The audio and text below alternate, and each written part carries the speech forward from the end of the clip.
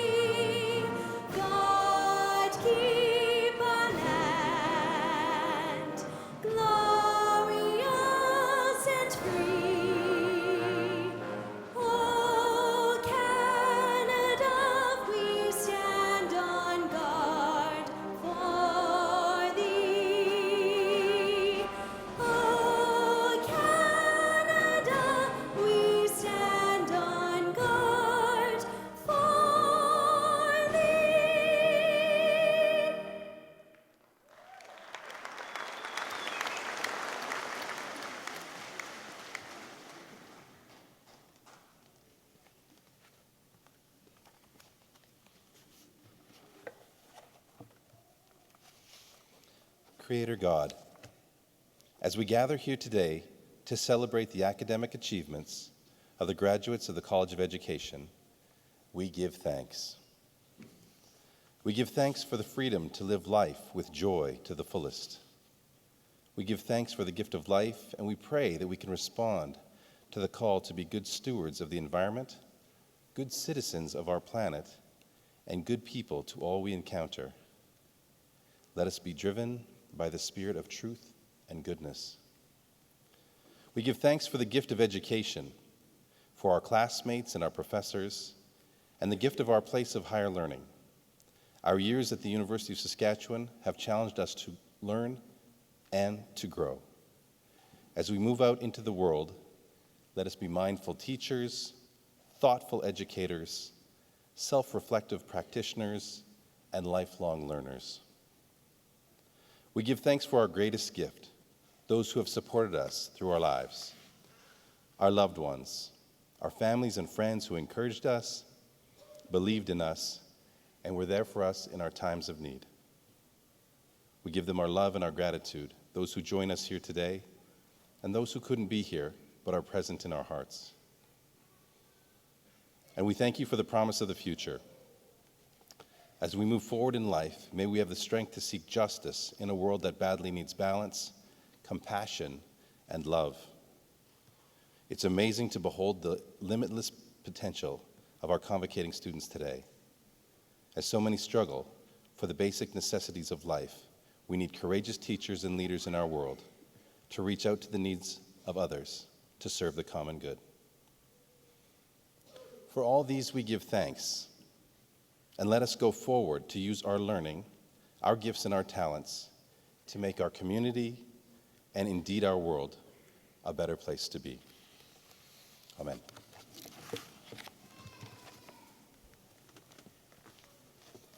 Please be seated.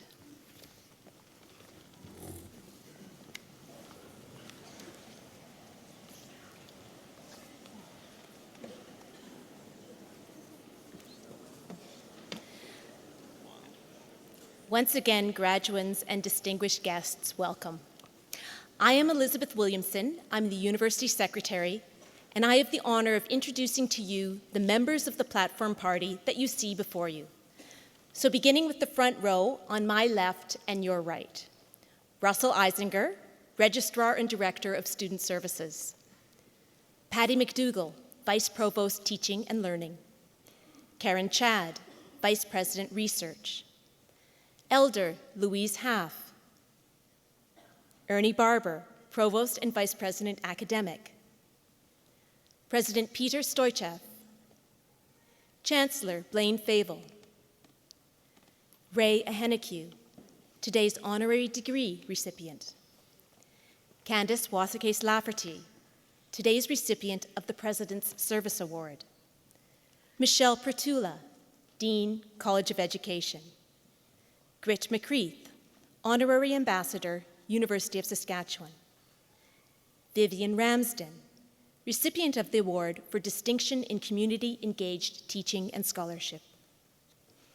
And in our second row, 3 of our university orators, Darrell Gunther, Wendy Klingenberg, and Richard Devon.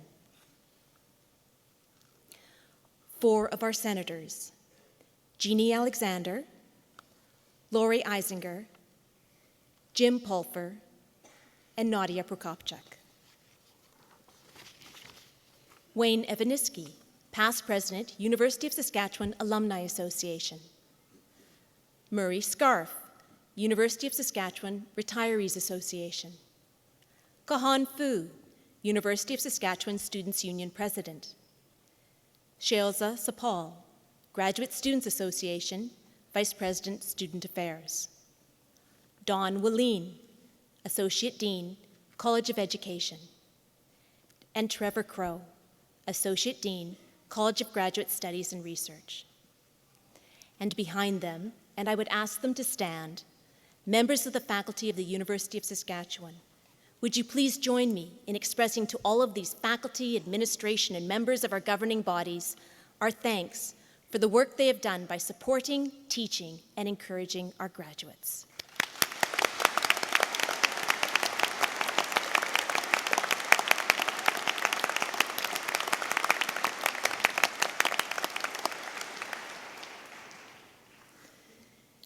We acknowledge the traditional territory of Treaty 6 and the homeland of the Métis on which we have gathered for this event.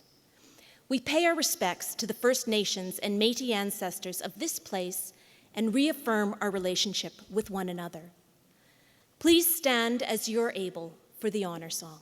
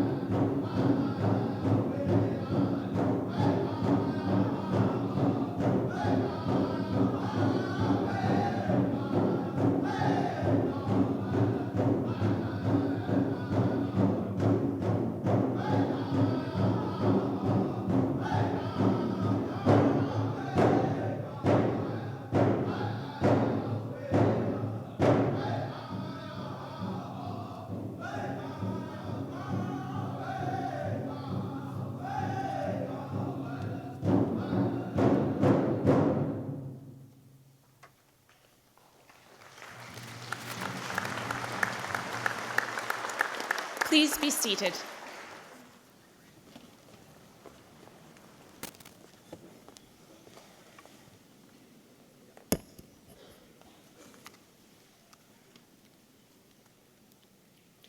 Eminent Chancellor, it is an honor and privilege to present, on behalf of Council, Ray Ahenakew.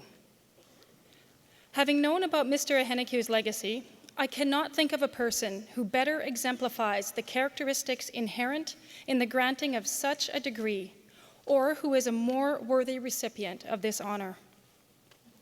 Mr. Ahenakew has achieved much throughout his time and in positions he's held provincially and federally, both as a political leader and change agent, as well as a steadfast advocate for educational change and advancement. One of his nominators described him as a man with two extremely distinguishing talents requiring a diverse set of skills. He has a guiding hand to offer assistance to children in need, helping them in their search for a pathway to success. But he also has a wise, prudent, and trusted counsel and disposition to offer to organizational leaders and politicians, both provincially and nationally, in the creation of transformational change. Described as a humble and respectful Atathakoop First Nation man with a classic by the bootstraps Saskatchewan success story, after learning about him and meeting him, I can tell you that his success story is both miles wide and miles deep. Mr. Ahenakew has spent his entire career dedicated to improving conditions and opportunities in First Nations and non-First Nation communities, provincially and across the country, which you will hear repeatedly as I describe his work. As a leader, he is a persuasive lobbyist, a tenacious communicator, and a relationship builder. As a determined and influential diplomatic leader who has for decades been the anchor to so many transformational initiatives, he has accomplished much, all due to the trust and relationship that he builds with everyone he meets. Mr. Ahenakew has held many leadership positions over the year and, as a result, many accomplishments as well. I can't name them all, but here are a few. The Saskatchewan Order of Merit, an honorary diploma in management from SIIT, the Saskatchewan Centennial Medal, many roles at SIIT, which I will mention a little later, chair of the Saskatchewan Indian Gaming Authority, a number of board membership roles and positions, and chief executive officer of the Meadow Lake Tribal Council, just to name a few. But all the while and consistently, he advocated and continues to do so for treaty rights protection, First Nation economic initiatives, and self-government. Mr. Ahenakew has built a legacy of success through his ability to develop and articulate a passionate vision that reaches far beyond himself. His vision is motivated not out of establishing a legacy for himself, but instead is motivated by what he sees for First Nation people in this province and country. And he moved this vision forward with purpose, tenacity, and heart for the good of others. That is a mark of a true leader. One of his nominators said that few, if any, leaders in Saskatchewan have provided a more significant bridge between the province's First Nation and non-First Nation communities than Mr. Ahenakew. His leadership, personality, values, and goals have driven him to unite powerful personalities who drive high-powered organizations. He has developed relationships with political leaders that are based on trust and collaboration, and which have deepened commitments and increased understanding between and among nations. And that is quite a feat. He possesses an enthusiastic, dynamic, and thoughtful approach to everything he does, especially in the areas of wealth creation. He has been on the leading edge of great change, ranging from small enterprise to large political movements. Apparently, he's also been described as someone who's able to quote, harness all those type A personalities in a room and actually have them pulling forward in the same direction. And this skill, among many others, is credited to his commitment to advancement through understanding both the cultural and traditional values of First Nation communities, as well as the needs of the broader public sector. And Mr. Ahenakew's leadership is infectious. Like many great leaders, he has influenced and developed a generation of younger First Nation leaders, many of whom maintain leadership positions as change agents themselves across a number of institutions and organizations throughout both Saskatchewan and Canada. His nominators explained that not only did they learn how to lead from his conversations that he had with them, but also just by watching him, they learned how to be leaders themselves. The opportunity to be around him and watching him lead is cherished. Most notable of these lessons are how to work with people, how to build relationship, how to treat everyone with respect, regardless of role or status.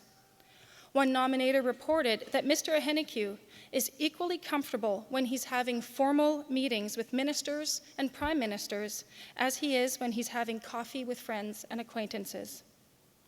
Like John Maxwell said, leadership is not about titles, positions, or flowcharts. It's about one life influencing another. And Mr. Ahenakew is a model example of this kind of leadership.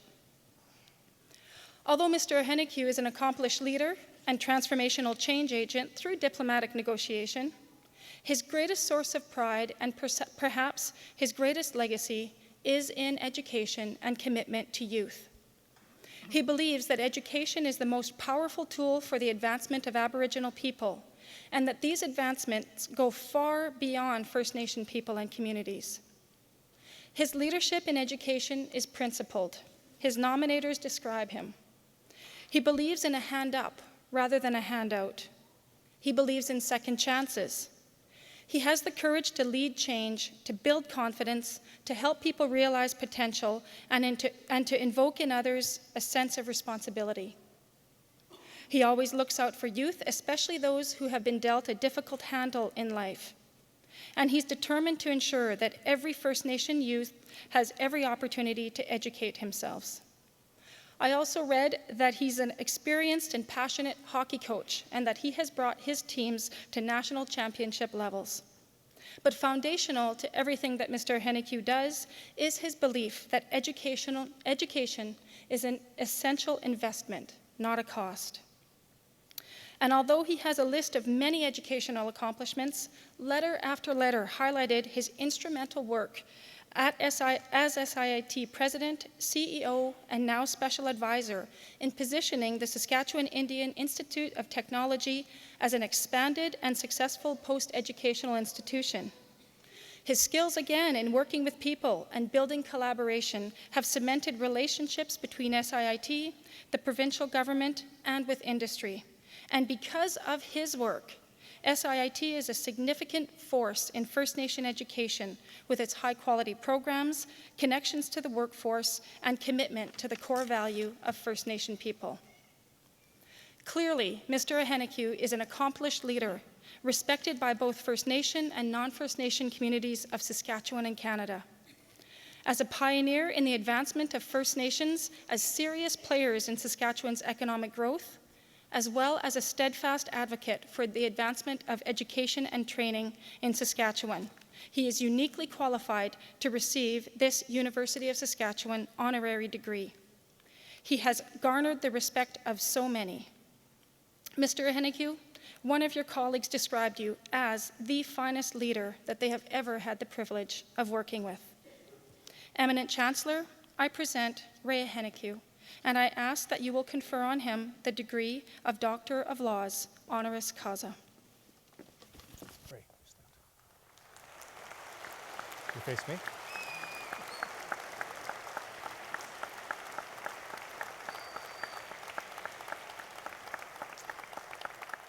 Ray, it's my pleasure to say these words.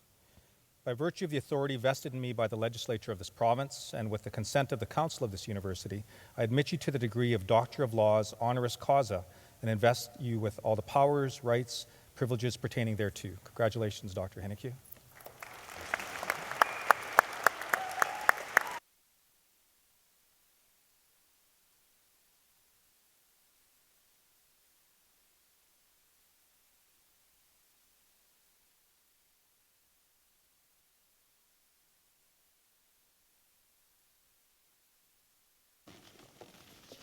Whoa, what a day. Good afternoon. I was wondering who she was talking about there for a while. It's been a long life for me.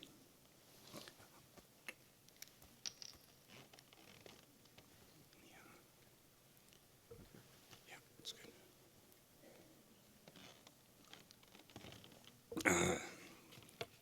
First of all, thank you, Chancellor Blaine Favel, President Peter Stoychief, Senate, faculty, and staff, ladies and gentlemen, and of course, the grads, you, your family, your supporters.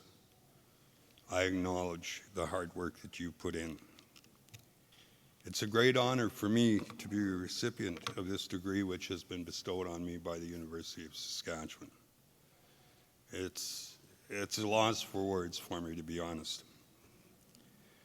I'm going to give you just a little, this is not a long speech. My speech will be shorter than the introduction. But I got to tell you a little bit about myself, what some of my goals were as a young person. 19 years old, I had the privilege to play hockey for the Saskatoon Quakers here in the Western Canada Hockey League. A lot of you probably weren't even born. Your parents might remember who they were at that time. But what that exposure did to me and my opportunity at that time, being the first Aboriginal person playing in the league as a 19-year-old for a coach by the name of Vic Lynn. May he rest in peace. He was 10 years or more an NHLer in the old 6-team league, so you can imagine the skill he had. His nickname was the Bear, and I found out why, usually the hard way because I was pretty cocky and young at that time. But one of the things that he taught me is to listen and what one individual could do. As a coach, he turned to his players to have input. He talked to us about what he wanted, what he figured he would have in the future, and what he would look at for the full year. So it wasn't a hockey season. It was a full year's program of where he wanted us to be as a team. I wasn't brought up that way. I was brought up as an individual. We played on one line and we didn't share. So this was all new to me at that time. And since I was getting paid, I think around $300 or $400 a month, and you laugh at that today, but in 1963, that was a pretty good paycheck for a young person. It taught me how people came together, how 19 individual players could work together, could follow one individual, let him be the mentor, let him be the leader, but also having input of what you thought you could do best. As a defenseman, could you help the forwards, as vice versa, to the goaltender, to the training staff, to everybody that was in the organization. If you were inclusive of everybody there, you were a winner. So I sort of grew up with that at that time. Some of the players that I played with, Dale Anderson, Alec Kuzma, it was just unbelievable. George Senek.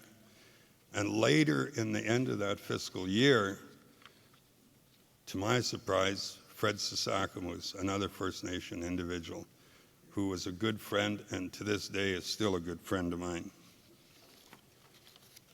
What I learned from that experience, though, was, and it demonstrated to me what one individual could do with a group of 19 individuals if we all got on the same page and we worked together and we moved forward. That year we went all the way to the Allen Cup finals. Unfortunately, we came up a bit short against Drumheller Miners, but what it taught me is that working together you could really blend what a future would look like with that team. I'm going to skip a few years and move up to Meadow Lake Tribal Council, which I went and worked for. I worked there 18 years.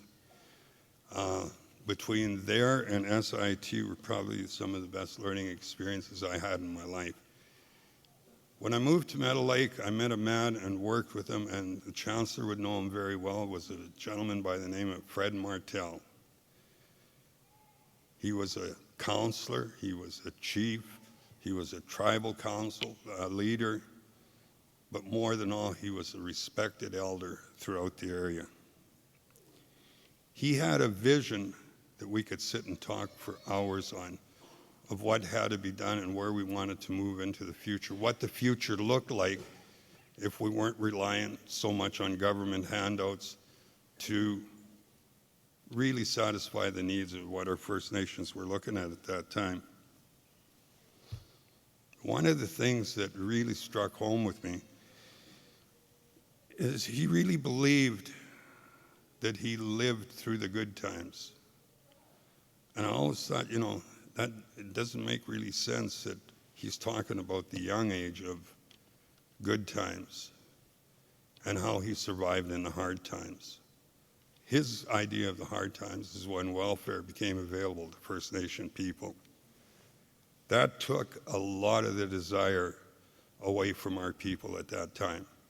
And I think to this day, we still pay for it in a lot of ways. What he embraced was for me to bring our chiefs and counselors around, sit down and talk, what could a future look like? What would we want to do? Where would we want to be? So after 6 months of these discussions, they gave me the authority to go ahead and build a plan. It was young leaders at that time, people like Richard Gladue, Ray Mitzwang, Percy DeRocher, Roy Cheecham. A lot of the people in that area were great. They were under the same belief as our elder was and as I was, that we needed to look at a different way of doing business with First Nations people. Where were we getting hurt? Was it education? Was it economic development? Was it housing or whatever? Surprisingly, it was all of the mentioned. There were areas that we looked at, education for an example, hadn't changed in 20 years. Housing hadn't changed. In fact, it was going backwards. The only thing that kept abreast of everything else was the whole area of social assistance.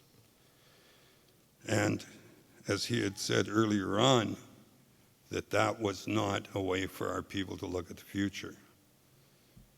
One of the big catchwords at that time was strategic planning. And I hear it today a lot. We would look at probably trying to put a plan together that would look at where we wanted to go from the start to the medium to the long term. We know that we wanted to create opportunities. We needed to create jobs. We needed to create better education opportunities, post-secondary, and everything that goes along with the education field. So instead of calling it a strategic plan, we threw that word out and we called it an economic venture into the future. Excuse me, I've got a bit of a cold yet. This allowed me to bring a number of people together. Vern Bashu, a young guy that I'd worked with at SIT and who had actually taken a summer job with a break from university to work with our community college at that time, and found out that he really enjoyed working with Indian people and never ever left until he retired. He worked his full life with Indian people. Bob Stromberg, a legal genius, I think, in my mind. Ty Retzky, finance. Bill Baker, who was a former Rough Rider, better known as the Undertaker, oil and gas out of Calgary. Alan Brander, a forestry expert and a sawmill operation expert. We brought these people together to see what we could do in the north of Meadow Lake, what opportunities there were going to be for us. It didn't take a rocket scientist to look out your window and see trees. So we knew that that would be one option. We knew transportation, hospitality, services, and whatever. We put it all together on the table and then looked around what was available. At that time, the government, through Crown Investments, owned the sawmill. They were quite content with losing $1 million a year because it kept so many people employed. To make a long story short, we put in an offer to the Crown Corporation. I better clear that up. That was with Grant Devine, not Brad Wall. So there was privatization of Crowns at that time. We were successful in obtaining that mill along with the workers that wanted to buy into it. At the end of 5 years, we owned the sawmill 100%. The biggest thing was we owned the FMA, which was 1.2 million hectares of northern Saskatchewan. A pulp mill was established right across the road from us that used all the hardwood in the world that you could supply. They had spent $200 million developing it. They were 3/4 of the way through when they found out they didn't have a lease to cut lumber. For once, the shoe was on the other foot. They had to come to us as a First Nation to get permission to cut wood. Well, within a year, the fight was on, and within 2 years, we had got our own way, and we moved forward. And it was a good relationship, but what that relationship did, it gave us spin-offs to other activities also. How would the supplies get from the timber supply from the forest out to the mills, looking at hardwood in one area and softwood in another area? We needed to service it with oil and gas. We needed bulk stations set up. We needed camps.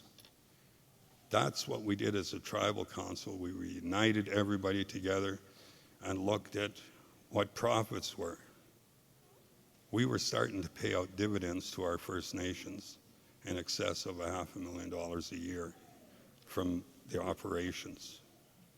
When we looked at expanding in other areas, we started identifying sports and recreation, elders, and then, of course, education. We had a relationship with SIT at that time also, and the university here. But it was, it's not like today, where SIT, Gabriel Dumont, Edwards, it was pioneered by the U of S. How can we all work together? I talked to one of the recipients in the green room, Candace, who's going to be up here a little later. She knows what it's like. She worked through the same system. So it was good to see that we're all working together and all making an impact on our lives. We started a company called Mystic Management, who was the caretaker of the forest. This is probably one of the most delicate areas because it's an environmental concern to everybody, whether you are a developer, whether you are a logger, whether you are with Greenpeace or whoever. At that time, Greenpeace was Mr. David Suzuki, who we sort of went head to head in a lot of ways. But the one thing Mystic Management did, it took care of the forest. That was Mother Earth to First Nations people. We had our input to what would take place. When we removed a tree, whether it was hardwood or softwood, 4 or 5 went back as a replacement for the one we took. That was monitored yearly up for a 15-year commitment. Saskatchewan has the strictest environmental laws on reforestation. And it's something that we embraced.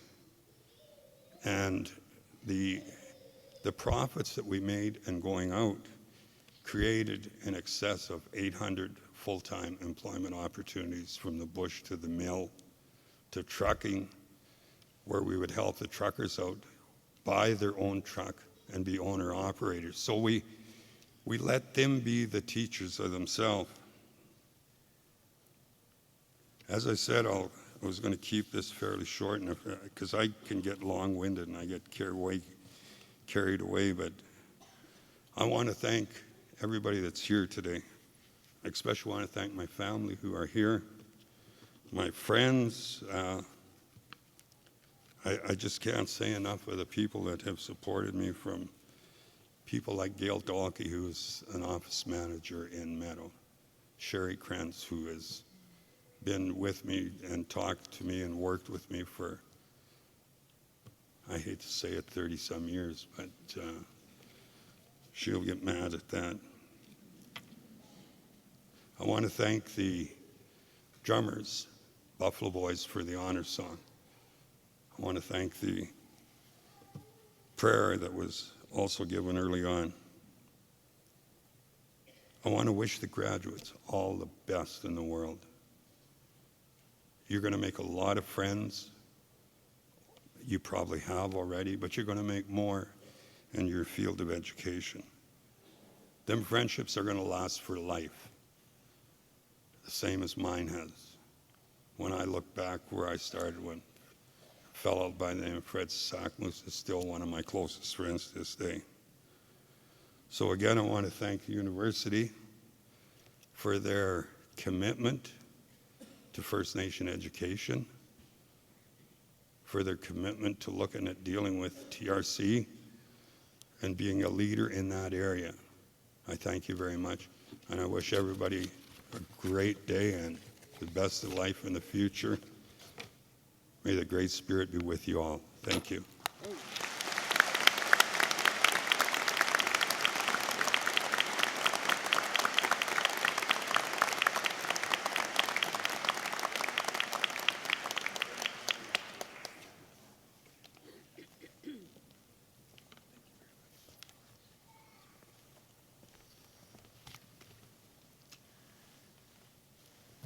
Well, good afternoon, everyone, and welcome to this wonderful event. Thank you very much, Ray Ahenakew, for those uplifting words. Eminent Chancellor, I see my role now as setting a context for what we are now here for, which is to see the graduates cross the stage. I know it's an extraordinarily important few seconds sometimes for the individual graduate to cross the stage, and a very, very important few seconds for the parents, the friends, the supporters. I'll mention them in greater detail in a minute. And so I see my job right now is to set a context for that, to try to enrich that short amount of time that we are otherwise collectively sharing here together. Eminent Chancellor, graduates and families, honored guests, I thank the many people who are here today to be part of this moment in the University of Saskatchewan's history. Every time an individual graduates from this university, it is a special moment in the history, in our collective history. In particular, I want to acknowledge the many faculty who are on the stage here. You're the heartbeat of this university. I thank the drummers. They play at the beginning of every convocation ceremony, and it's an extraordinarily moving time. I congratulate again Ray Ahenakew. Thank you, Elder Louise Huff, for being here again today with us. Your presence demonstrates the significant place the University of Saskatchewan holds in the hearts and the souls of the people of this province, this city, this country, and beyond. We're here to celebrate a milestone in the lives of the graduates who will soon cross this stage. We're proud of them. They're proud of what they've done. Life is richer when we collectively acknowledge success and hard work and rites of passage, such as this one today. We're also here because this university has brought us together. A university is a wonderful thing, not to be taken for granted. It's a great experiment in the ongoing conversation we call democracy. And when I read the news each day, as I'm sure you do, and when I see how fast the world is changing, I'm convinced that universities are needed now more than they ever have been before, and that the University of Saskatchewan is needed now more than it ever has been. What the people crossing this stage today, strengthened by what they've learned here, will go on to do in the future will matter immensely to all of us. To the graduates, you're getting your degree today. You've succeeded in that, and take the time to enjoy it, to revel in it, boast about it, feel a little smug about it. But when those 5 minutes are up, take a lot more time to thank your spouses, your partners, your parents, your grandparents, your friends, brothers and sisters, aunts and uncles, communities, elementary school teachers, high school teachers, faculty you've appreciated, classmates who helped you out, because you don't achieve something this big without a lot of help on the way. Lots of graduates are sitting in seats like you are in auditoriums just like this one across the country right now, this afternoon, getting university degrees. But let me say a few things on the threshold of the university celebrating its 110th anniversary next year, its 110th anniversary. Let me say a few things about a U of S degree. This is the context that I wanted to set. This is the home of the cobalt-60 radiation therapy technology that revolutionized cancer treatment 65 years ago and helped the lives, saved the lives of millions of cancer patients around the world. That happened right here. The casing for that was built at an auto body shop right around the corner from here. U of S medical researchers built the concept. Some of the country's most formative political leaders got their degrees here. Prime Minister John Diefenbaker, Governor General Ray Ahenakew, Premiers Devine, Romano, Calvert, Wall.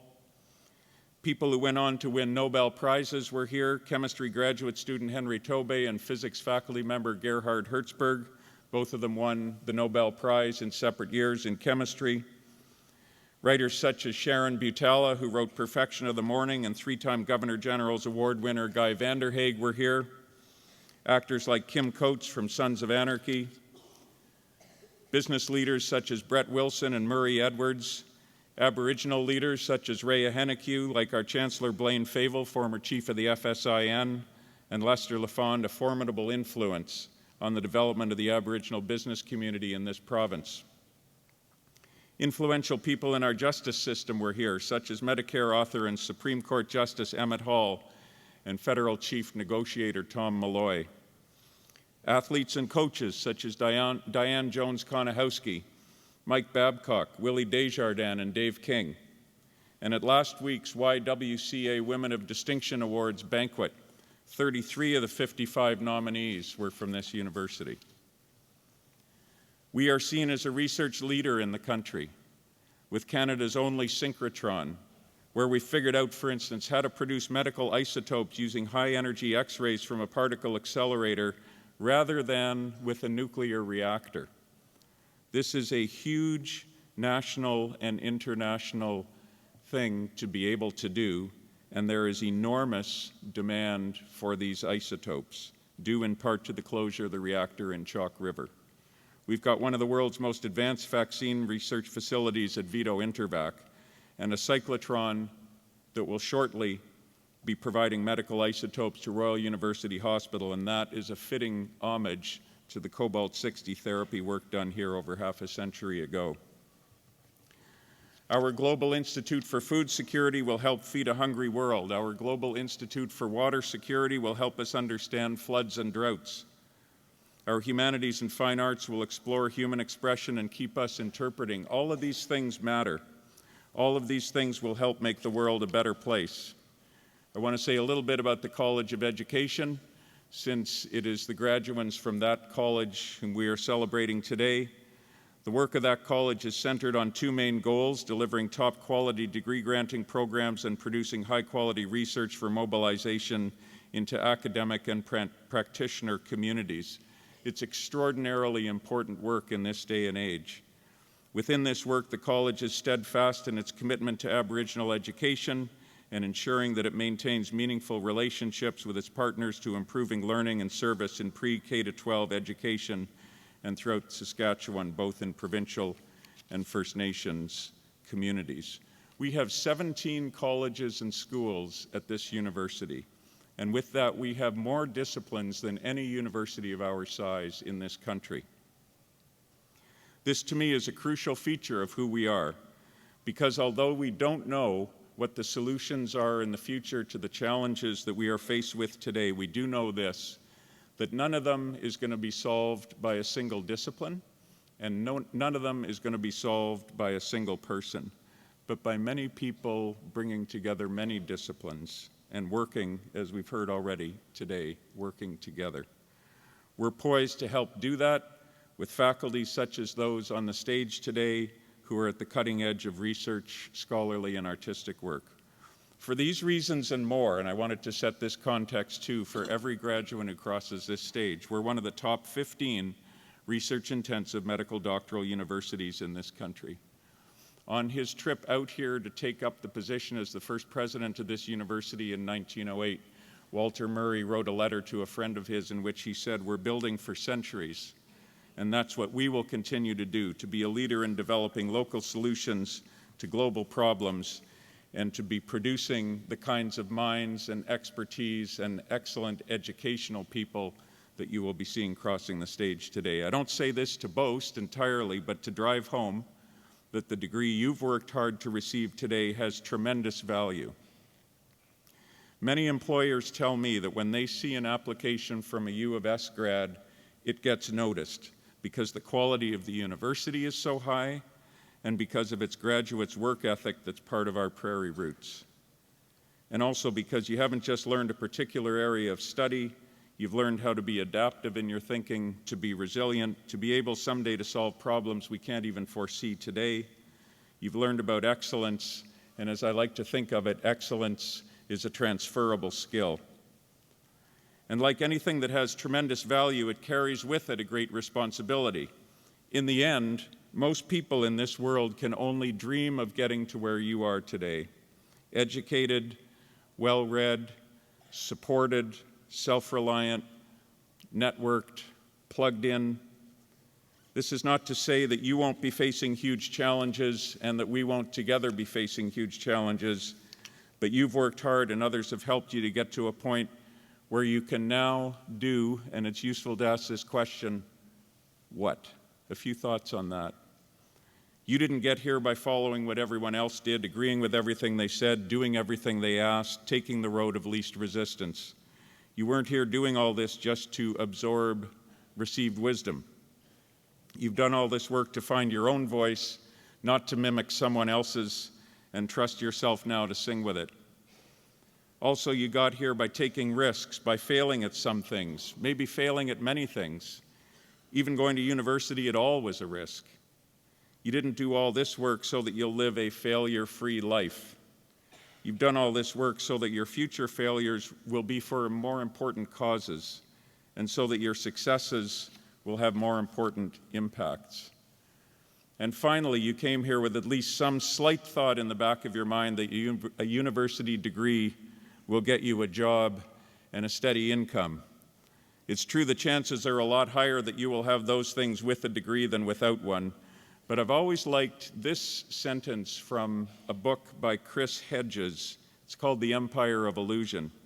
In the end, the measure of a civilization is its compassion, not its ability to consume.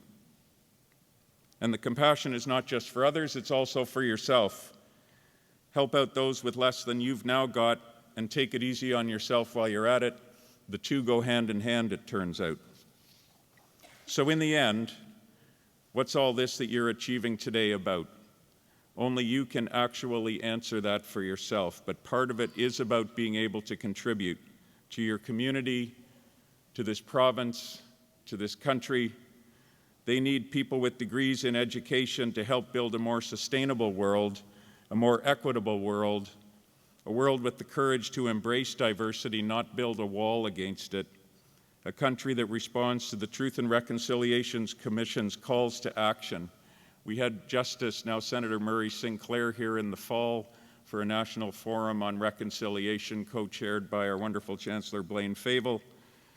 And Justice Murray Sinclair stated at that education is the key to reconciliation, a particularly important message for this audience today. Education is the key to reconciliation. And I'm very proud that the U of S is graduating more Aboriginal students this year than it has ever graduated in its history. Think of all those who can't even imagine having the education you've got. What would they do if they had it? What will you do now that you've got it? How can you give back to everyone who's helped you to get it? For me, it's always been about a passion for the idea of a university, a radical experiment in human culture, a place where we learn to be humble servants of a democratic society and respectful critics of it. For the John Diefenbakers, Roy Romanos, Gerhard Hertzbergs, Blaine Favels, Hilda Neatbys, Emmett Halls, Ray Ahenakews, it was about something else.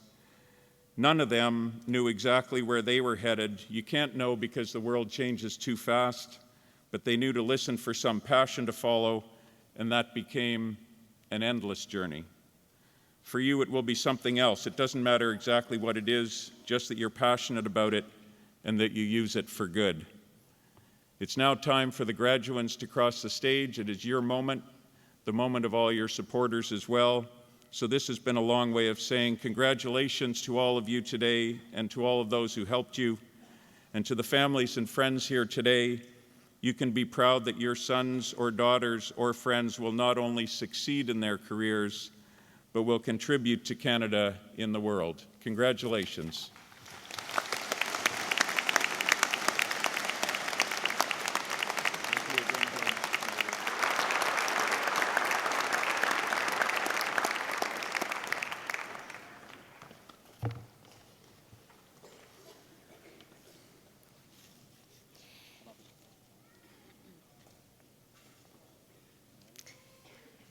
Eminent Chancellor, Mr. President, members of the University Senate and Board, I present to you the petition of the Council of this university that the candidates to be named, having fulfilled all the requirements of the bylaws, may, with your permission, be admitted to the degrees and certificates to which they are entitled.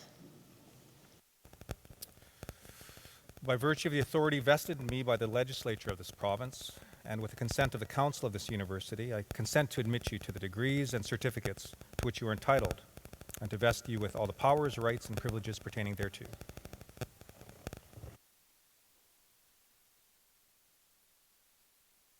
Rise and come to the platform. Could the graduands in the front row please rise and come to the platform? As you make your way forward, I'll just let you know how the conferring of degrees will unfold. As you enter the stage, please stop and face the audience, as the hood will be put over your shoulders. Once you've been hooded, proceed to the first podium, where the orator will present each of you by name. Once your name has been announced, proceed to shake the Chancellor's hand, and the Chancellor then tells you that you have been admitted to the Convocation of the University of Saskatchewan. You will then continue across the platform to be greeted by the President and your Dean or Associate Dean of the College, and to receive your parchment from them. As you go down the steps, you will be welcomed as new members of the University of Saskatchewan Alumni Association by a representative of the association.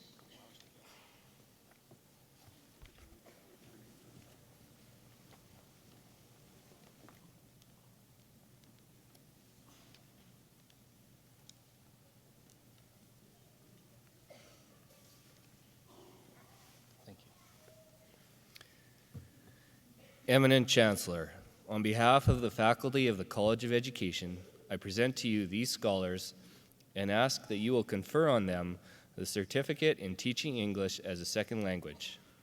I present to you Shauna Ray Dubel.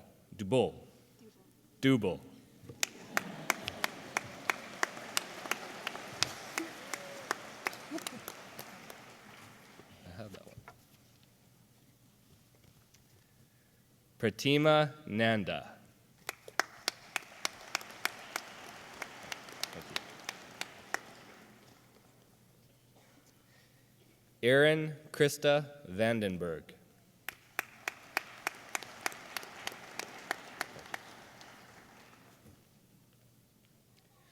Jamie Lynn White. Thank you.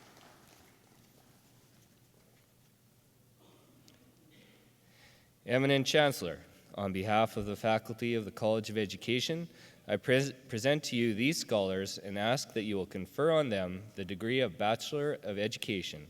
I present to you Andrew Lloyd Abbs.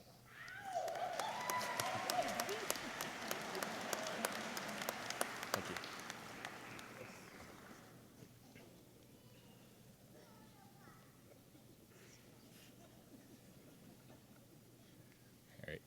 Katie Lynn Abday. With great distinction.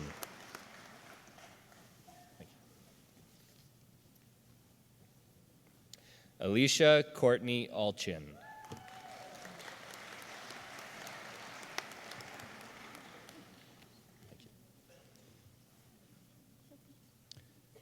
Terrell Jonathan Amy.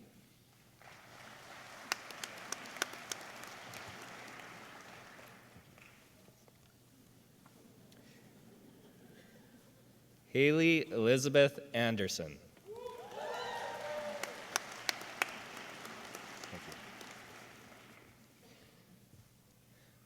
Jocelyn N. K. Arcand.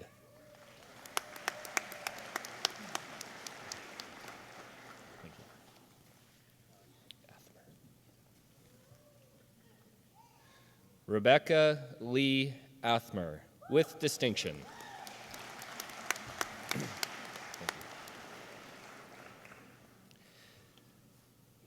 Nicole Vivian Florence Babiuk.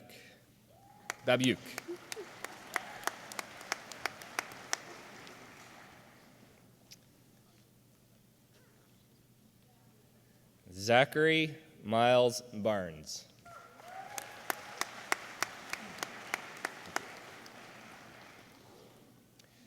Matthew John Barton, with distinction.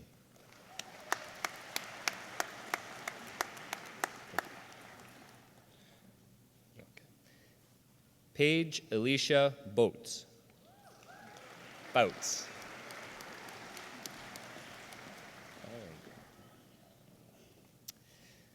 Albertine Bear, with great distinction.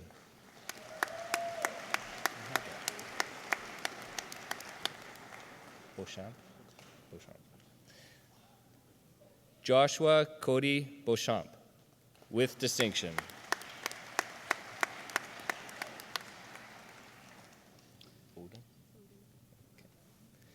Kelly Christina Bowden.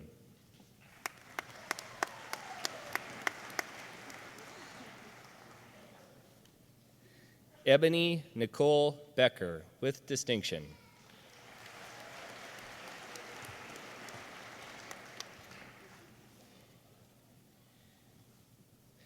Erin Leigh Becky.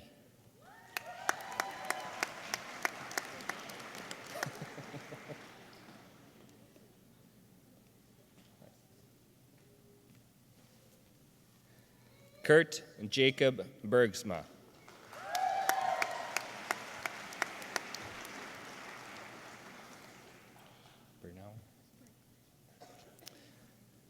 Brittany Brenda Bernauer.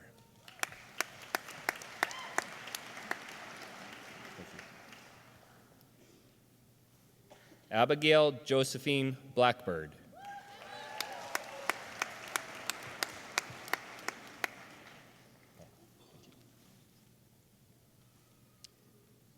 Amber Elizabeth Bloom, with distinction.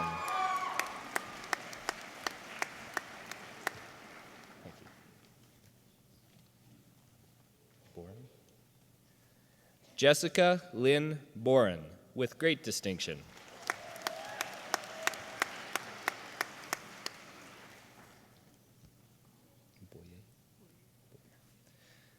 Roxanne Rochelle Lacey Boyer.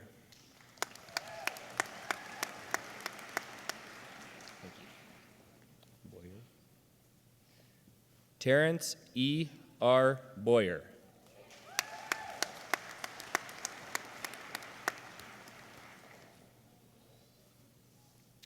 Kaylin May Britton, with distinction.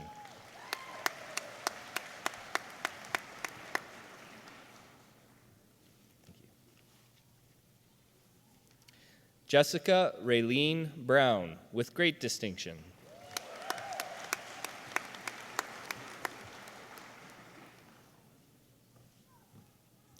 Thank you. Bugler? Okay, thank you. Corey Pete Bugler.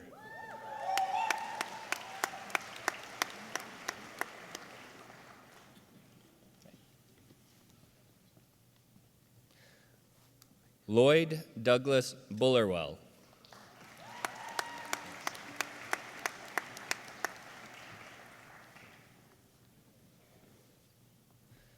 Carly Dawn Bunka with distinction.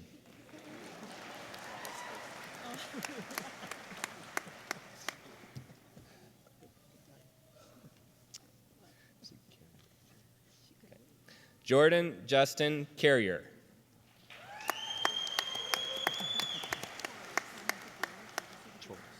Okay, got it. Angela Choros.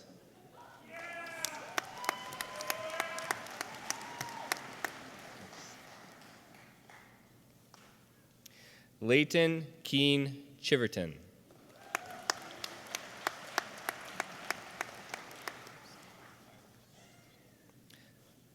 Melissa Dawn Kretchen.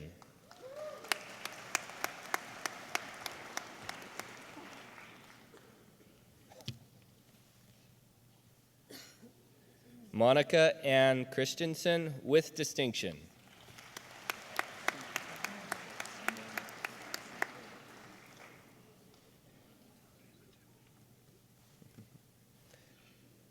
Thomas Dennis Claxton with distinction. Thank you. Comerford. Okay. Shannon Marie Comerford with distinction.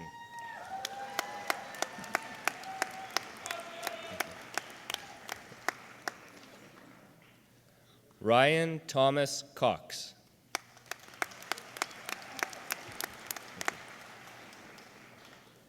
Cubbin? Bryn Cubbin.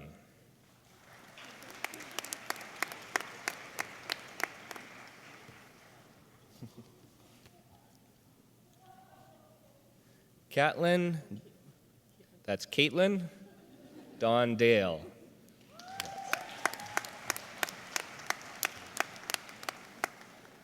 Dalen? Dalen Zane Dallin.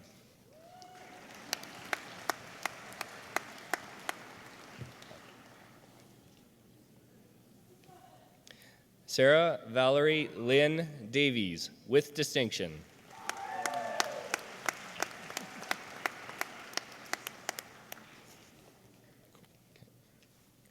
Dakota May Deco with great distinction.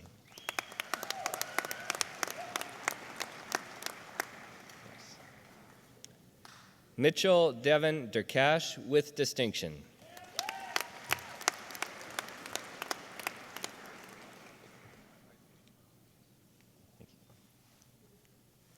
Ryan Alexander Desjardins.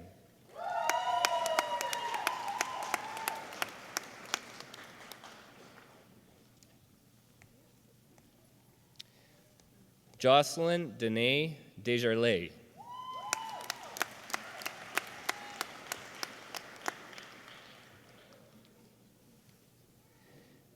Angus Mackenzie Dickon with distinction.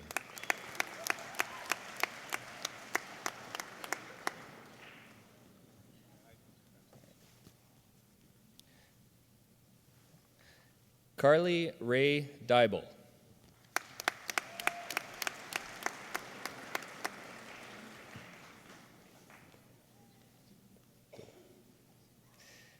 Rachel Joy Dole with distinction. Thank you. Karma Lee Douglas with distinction.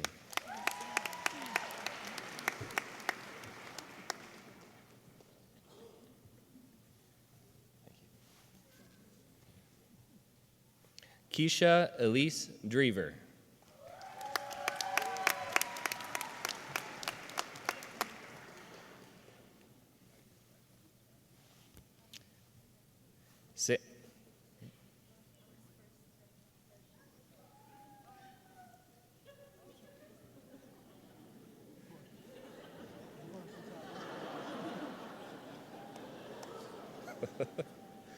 Sam Dunphy.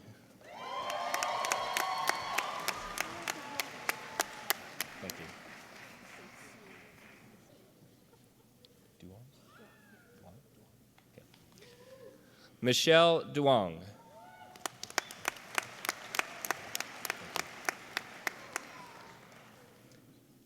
Dawn Marie Dust, with distinction.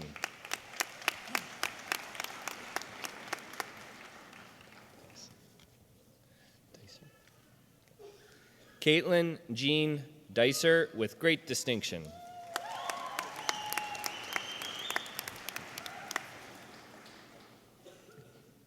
Allison Jodine Dick.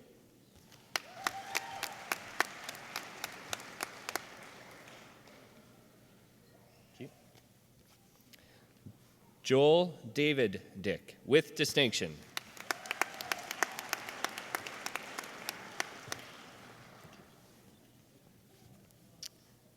Stephanie Marie Dick.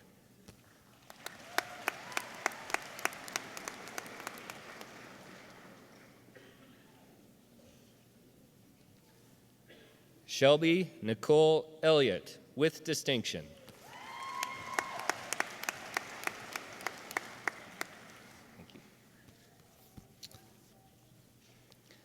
David James Epp, with great distinction.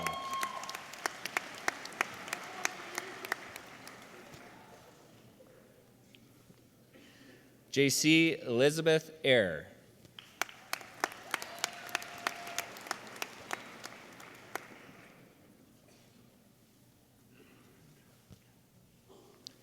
Darby Lynn Gray Ferguson.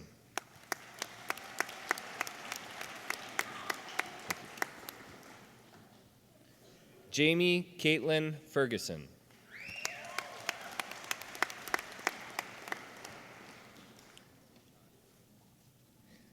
Stephanie Nicole Fernandez, with distinction.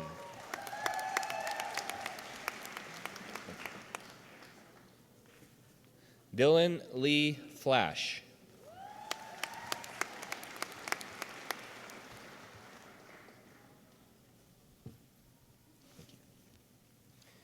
Racine Stephanie Frank, with great distinction.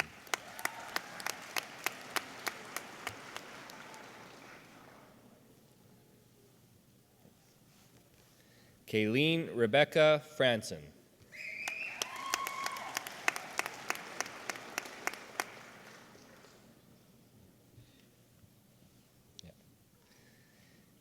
Caitlin Ashley Friesen, with distinction.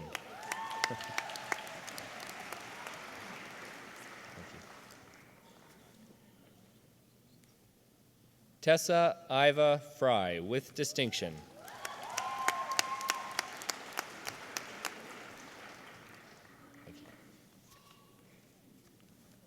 Nicole Marie Gagnon, with distinction.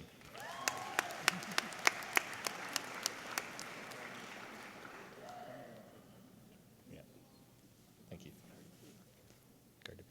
Gardy. Okay. Randy Kara Gardy P. Okay.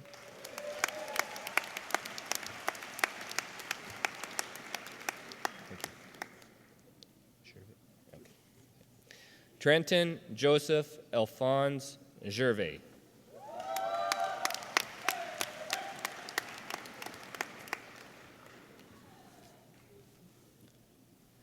Brett Kyle Goller.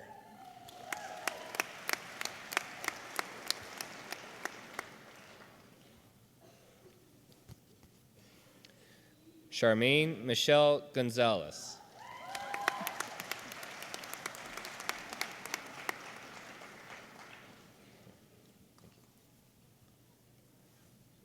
Kristen Ashley Gordon.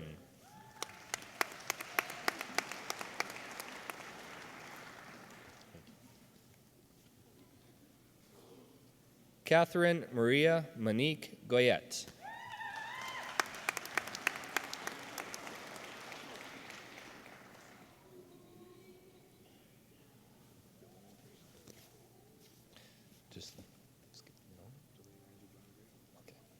Delane Andrew John Graham.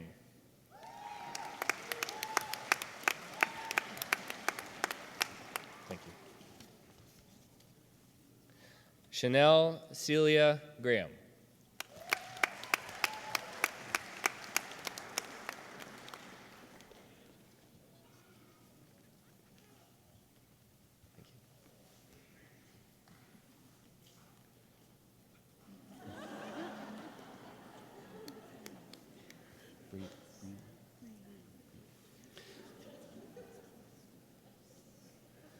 Breleen Louise Greer.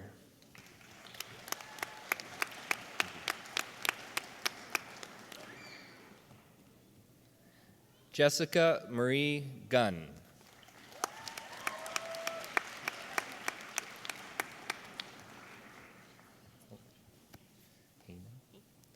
Melanie Ray Haynen.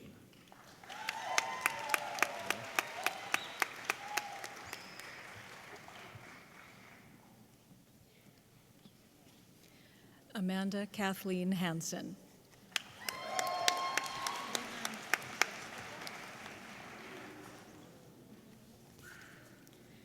Kyle Donald Harms.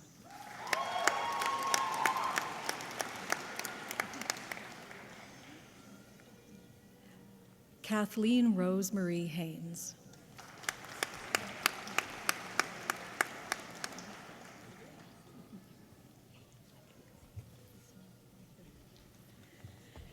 Suzanne Denise Heffernan.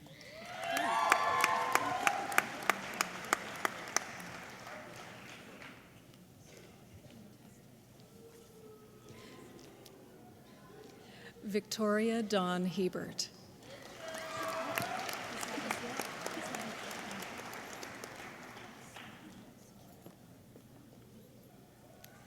Jacqueline Marie Hill.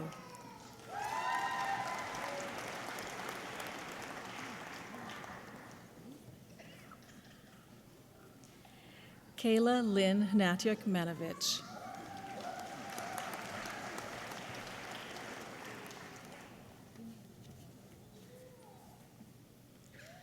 Jordy Allen Holmes. Can you speak up just a little bit, please? Great. Robin Marie Homeland with great distinction.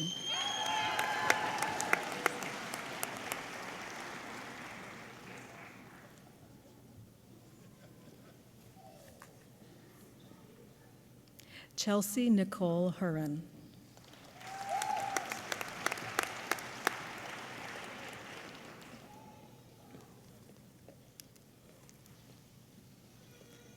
Leona Ann Horsfall.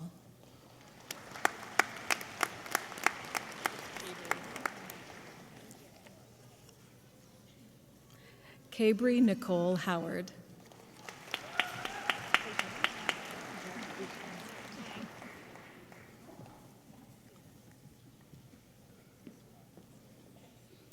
Megan Jillian Ritzak with distinction.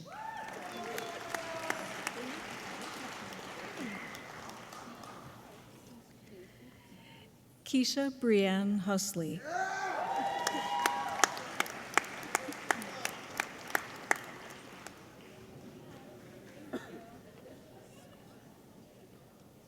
Tara Iron with great distinction.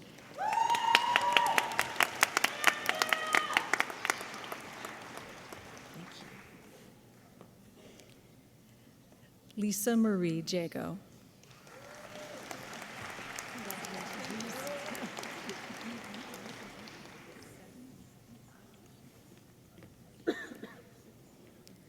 Joseph Gary Yakubowski.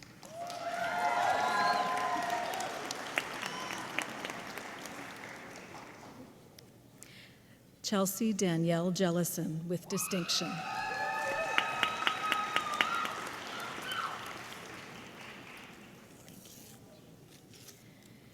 Kaylee Jennison Daters with distinction.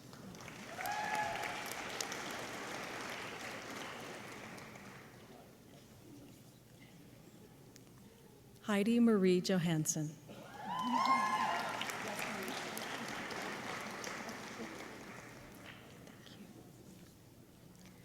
Helena Mava Johnson.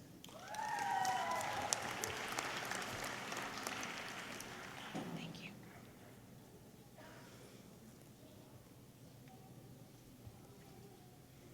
Maria Johnstone with distinction.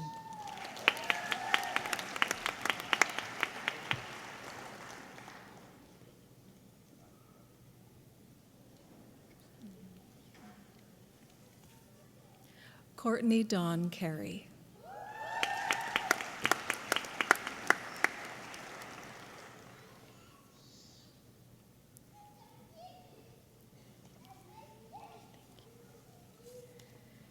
Dixie Kasokyo.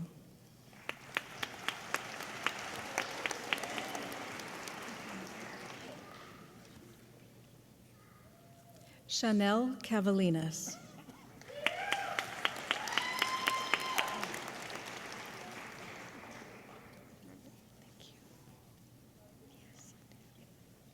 Haley Ruby Cazell with great distinction.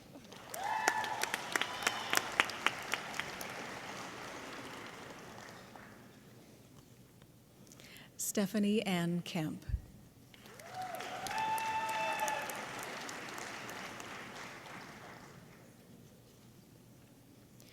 Raylene Marie Kennedy.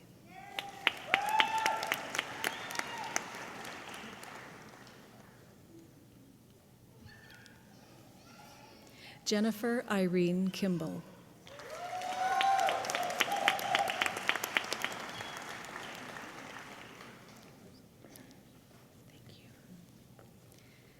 Kaylin Natalie Coach.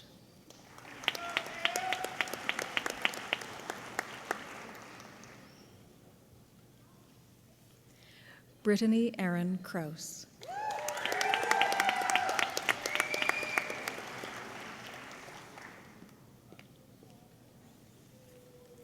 Melissa Catherine Coons.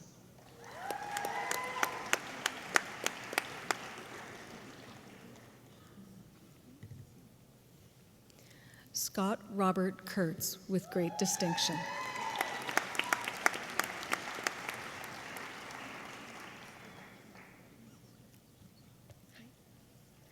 Michael Robert Kvasnik.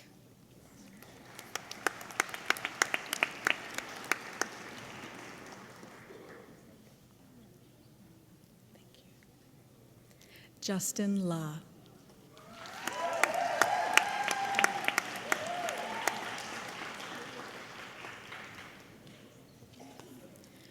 Michael Robert Patrice Laliberty.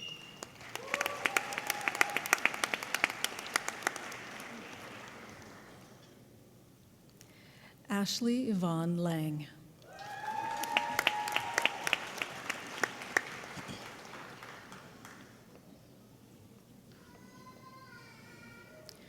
Brittany Dawn Lang with distinction.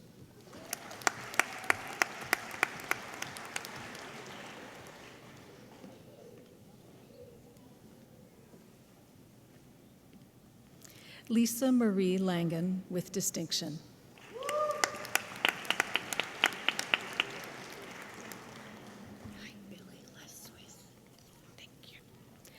Billy Leswis.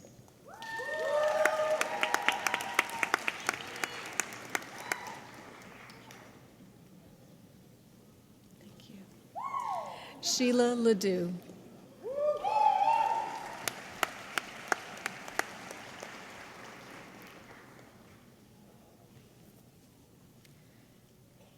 Becca Nancy Lear.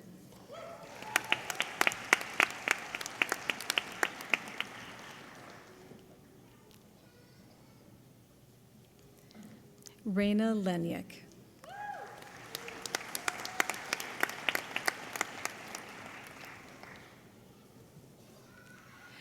Kelsey Lee Little.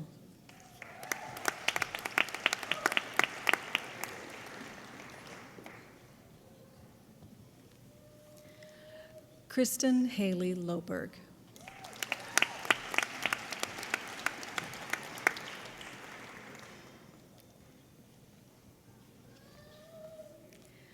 Sean Campbell Longmore.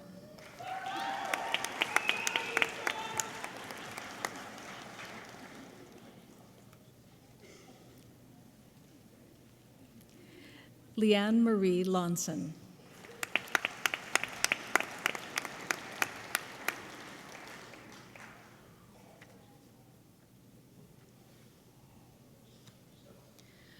Rebecca Loroff.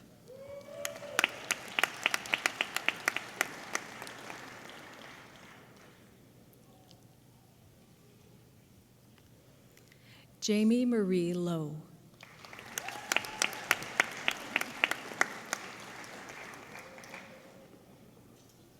Thank you. Colton James Lund.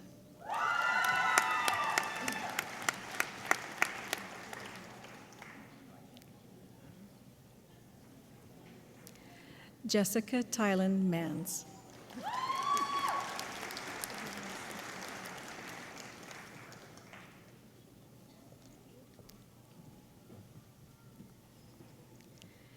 Bailey Marie Mari.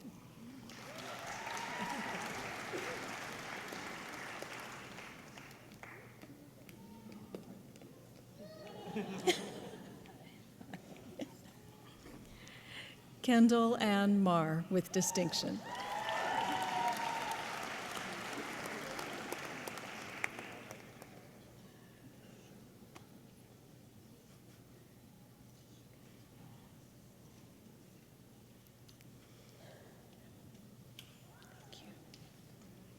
Lindsay Danielle Martell with distinction.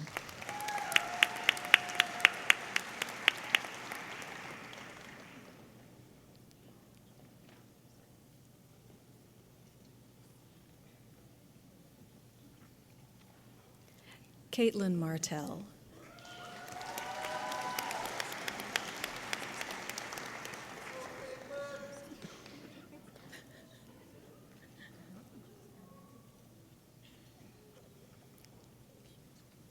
Thank you. Samantha Patricia Betty Martin Brondum.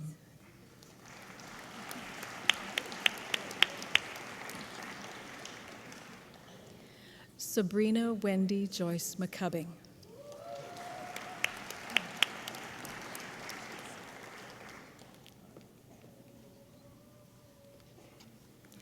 Catherine Beth McCullough with distinction.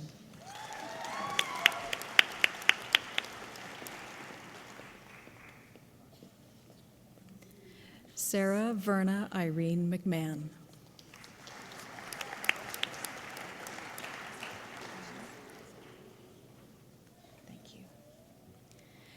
Kimberly Brianna McWhirter with distinction.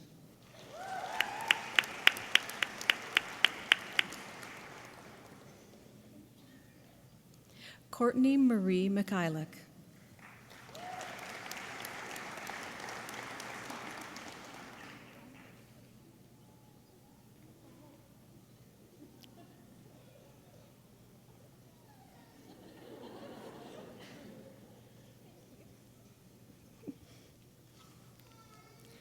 Zainab Arif Mohammed.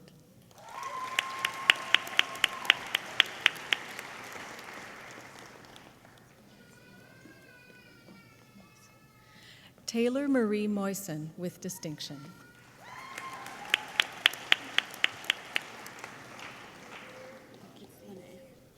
Lene Ann Moore.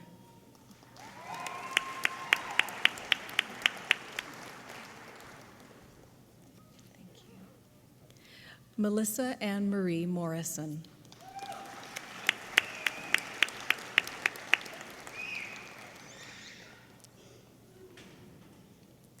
Thank you. Elena May Morin.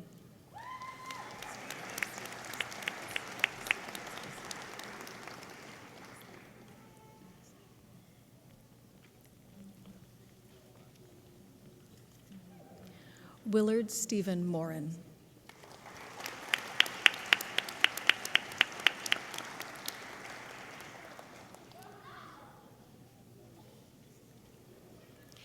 Kelsey Dawn Hoffer Moser with distinction.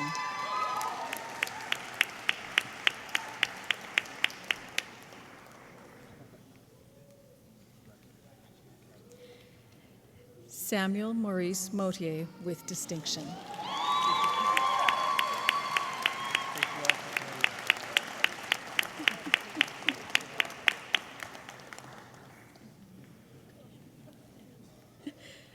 Shelby Darlene Monroe.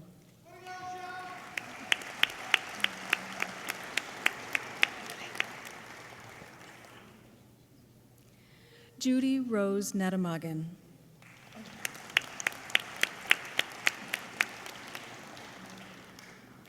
Heidi Lynette Neufeld with great distinction.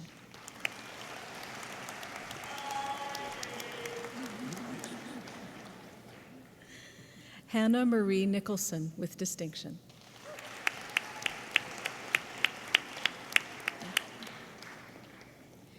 Anthony Joseph Nickel with distinction.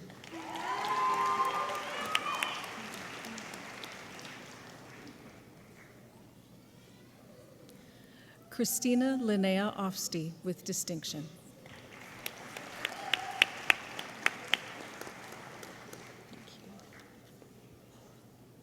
Janelle Stephanie Rose Olchowski with distinction.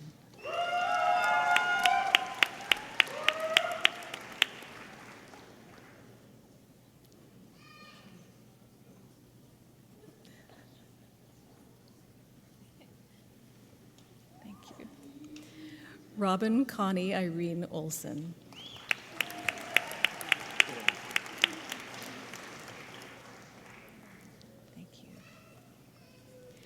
Allison Kendall Park.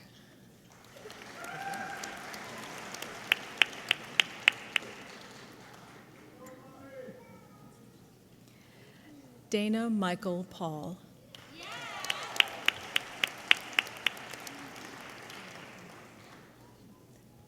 Thank you. Tara Ann Peterson with distinction.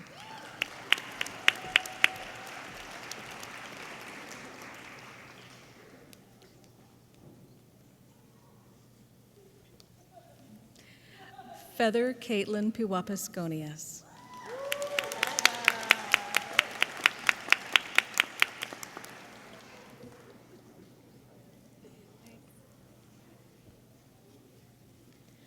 Courtney Elizabeth Fell.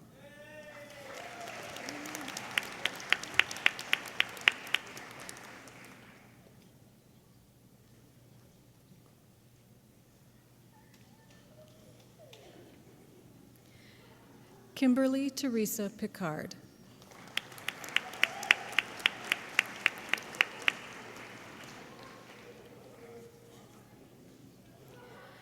Kennedy Ray Pilkey.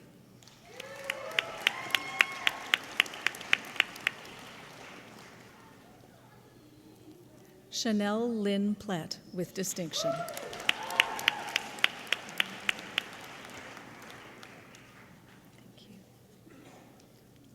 Andrea Margaret Poletz.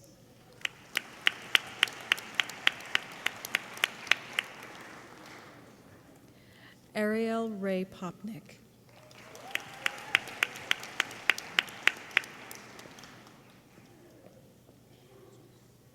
Thank you. I keep it. David Pratt with distinction.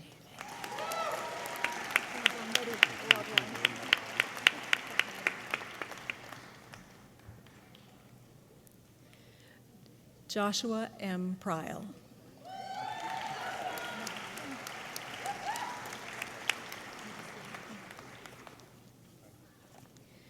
Anthony Philip Prima.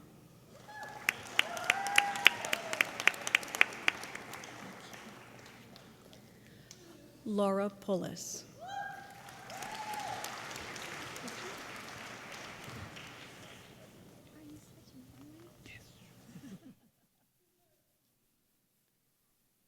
Cassidy Corliss Ratty with distinction.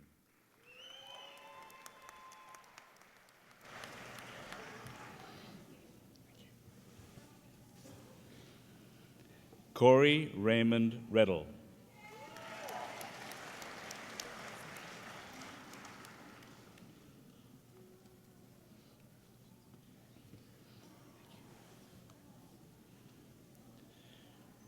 Renee Ann Ryba Hay.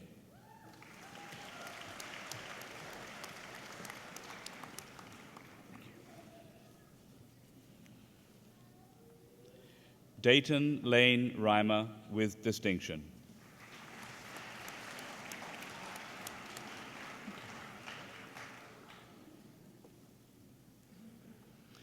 Kendra Janelle Rapenda.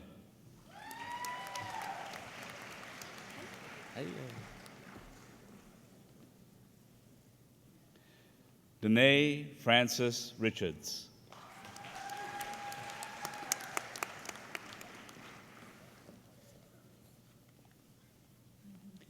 Landon Scott Rickman.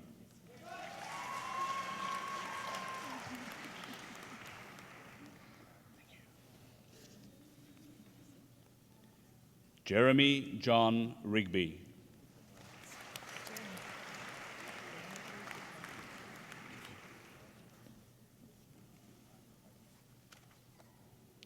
Shayla Page Ross.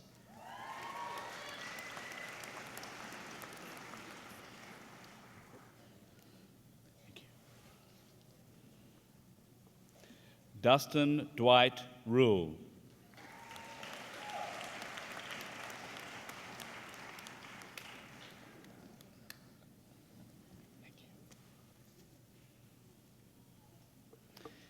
Sarah Kessia Beatrice Rugg with distinction.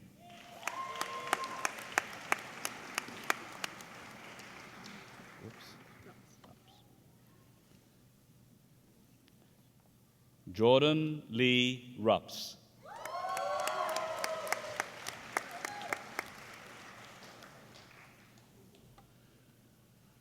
Wendy Dawn Rutan with distinction.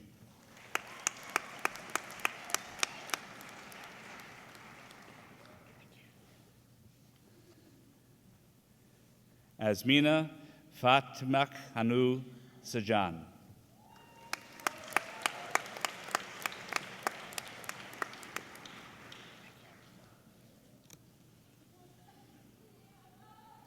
Warren John Sandbeck.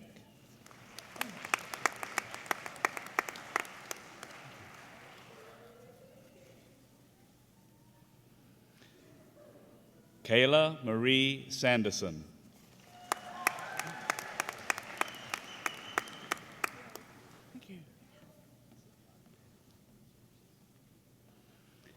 Alexandra Elizabeth Saar.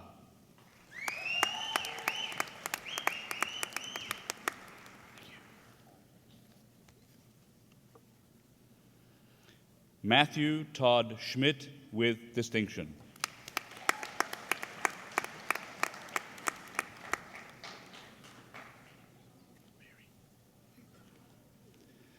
Joanne Mary Gale Schmidt.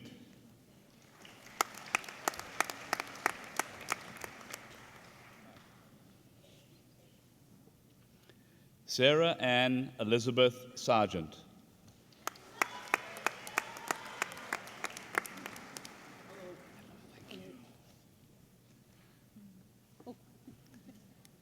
Serena Cece Quasis.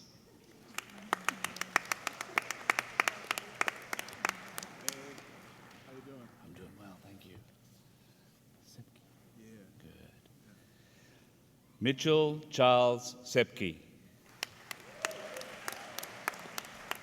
Thank you.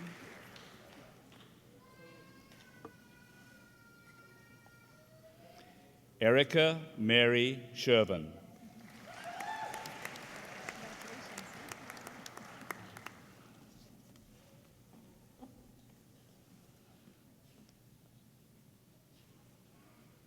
Amber Ray Schmon.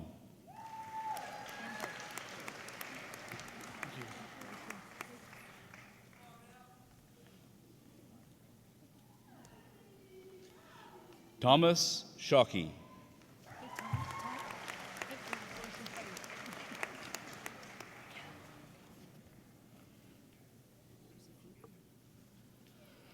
Bruno Antonio Consegra Charlton with distinction.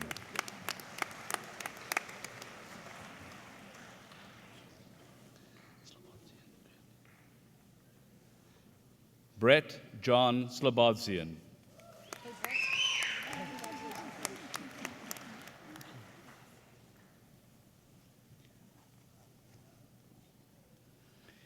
Kiara Ryan Smith with distinction.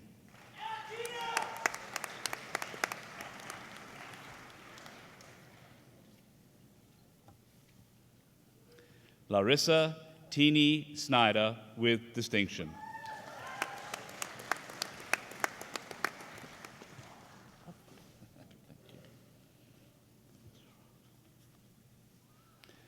Amanda Sue Nelson Suroka with great distinction.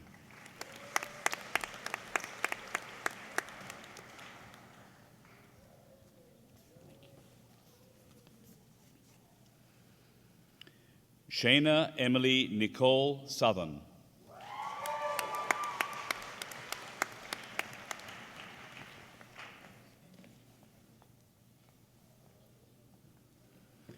Rachel Elizabeth Steeb with distinction.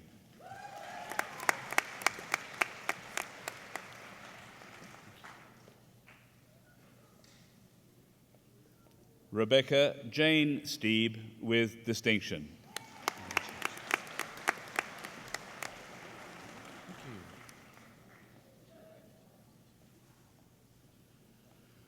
Tatiana Catherine Storashuk.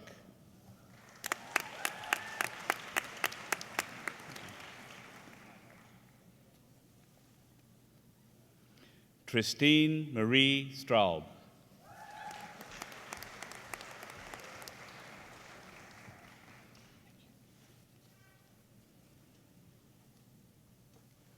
Charlotte Hester Strumpfer.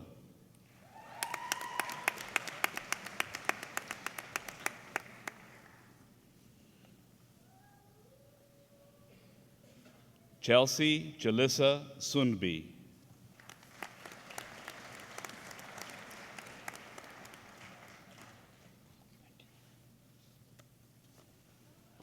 Samantha Sundown.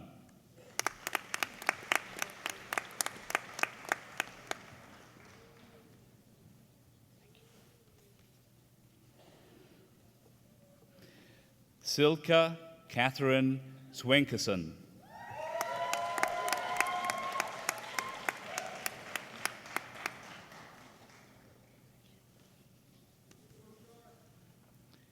Charlene Gwen Swiftwolf.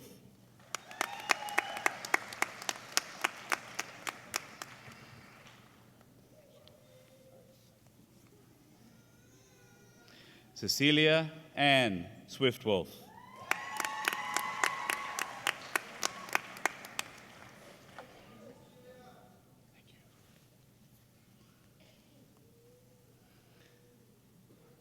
Theodore Conrad Swiftwolf.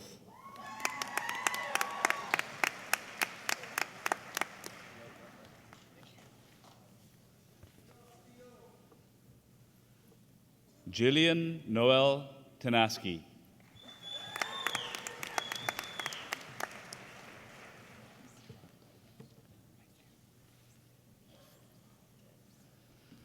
Karina Lynn Thiessen with distinction.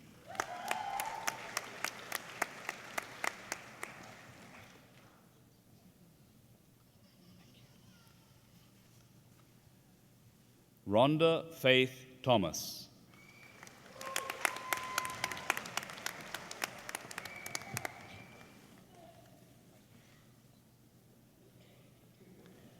Sydney Taylor Thomas.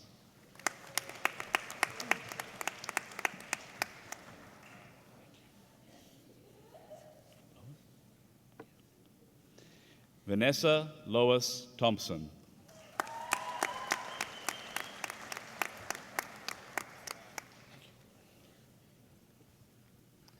Devon Sean Tide.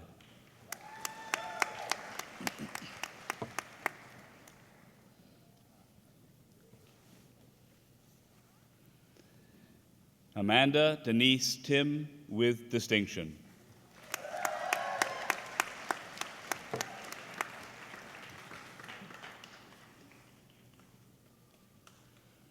Catherine Todd McCoy with distinction.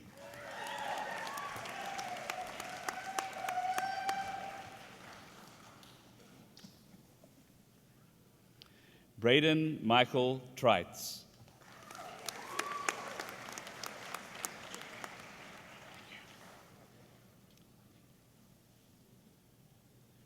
Braden Matthew Osaki.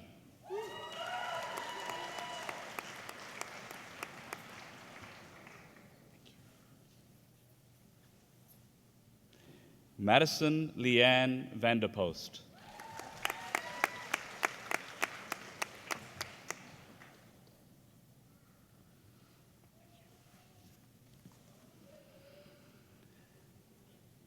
Iona Arovina Vashchishin with great distinction.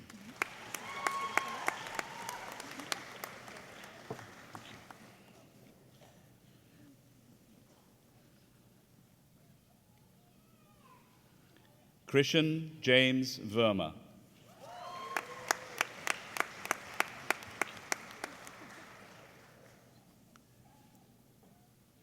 Haley Larissa Volmer.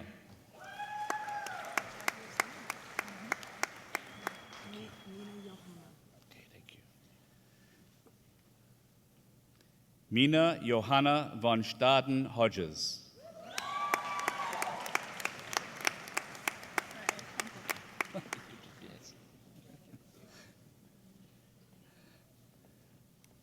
Jessica Lynn Wall.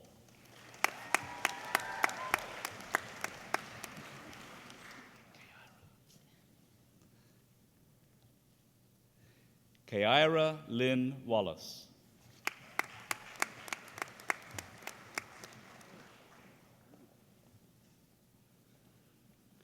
Mackenzie Kimberly Warner with distinction.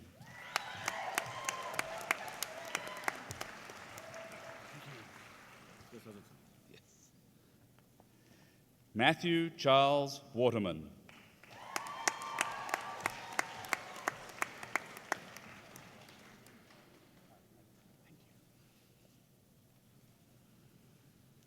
Sarah Crystal Webb.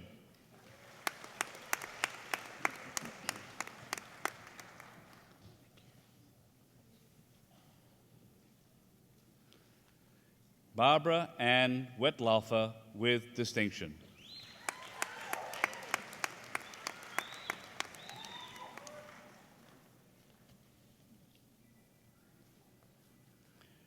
Raylyn Marie Witt with distinction.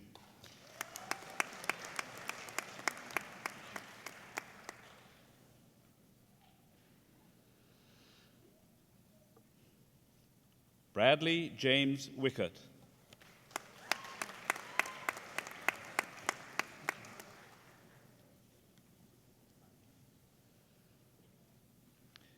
Kelsey Ray Wildman.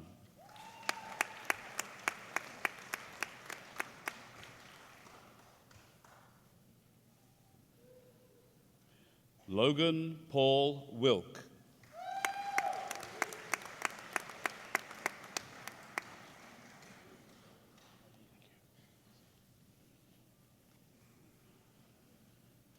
Raymond Dean Brady Wileyman.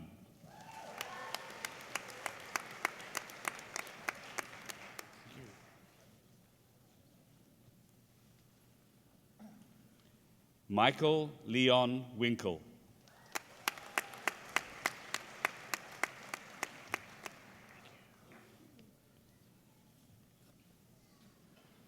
Heather Jane Elizabeth Wood with distinction.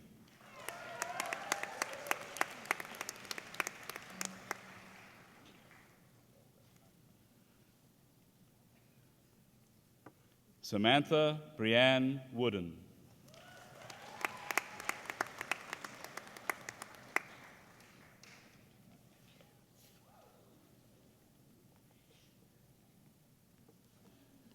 Jana Marie Aili Oya with great distinction.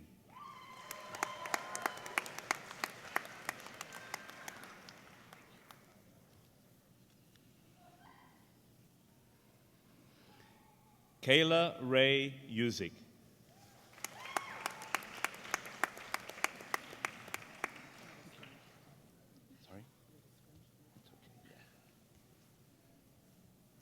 Kristen Lynn Zuravinsky.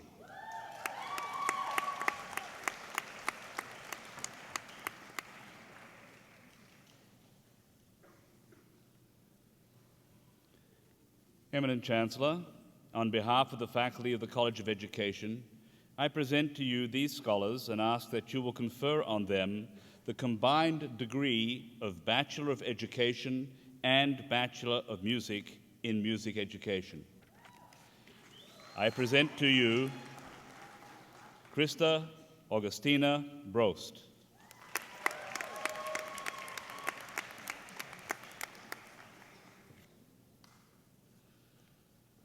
Stephen Henry Davis.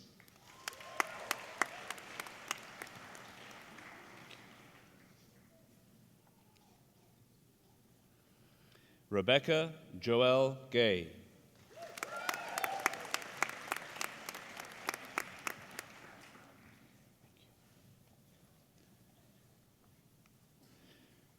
Megan Ruth Guttormson.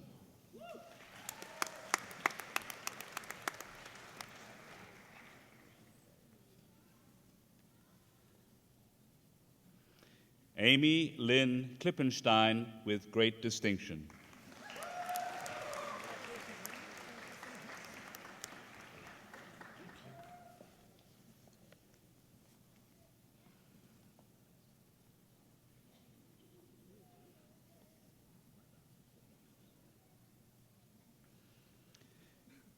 Erica Star Lisette Rybinski with distinction.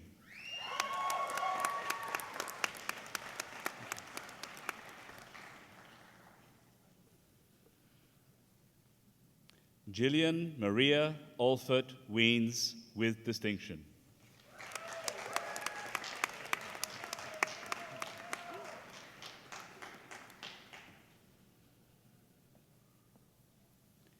Andra Wist with distinction.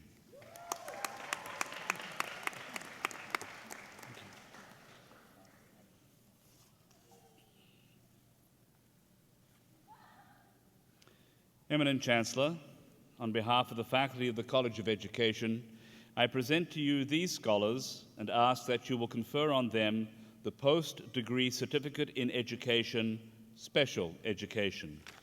I present to you Margaret Eliza DeConnick Smith.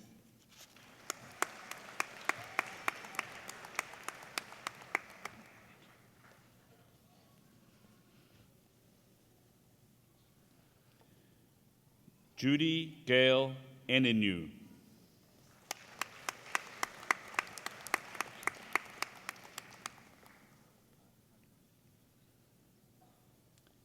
Faye Tracy Hong.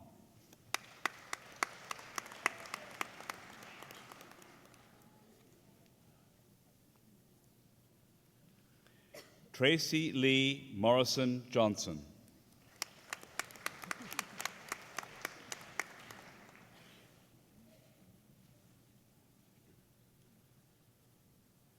Terry Ann Story.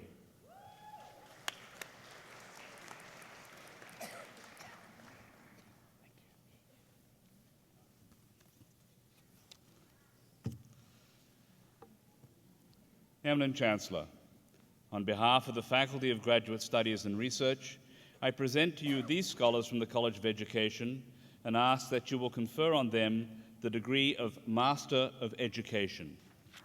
I present to you Debbie Ezelyn Asham Friesen.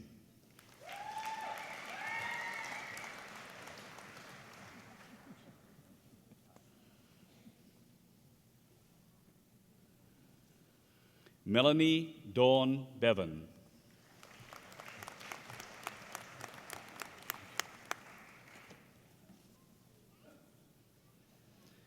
Deborah Ann Bittner.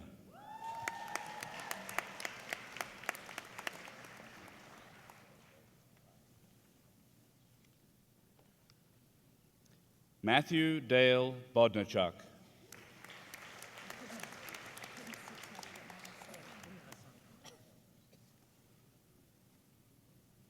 Lindsay Ann Burham.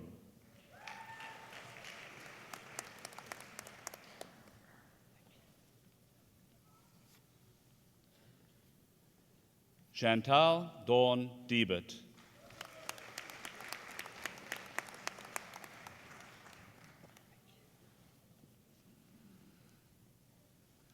Alicia Marie Dole.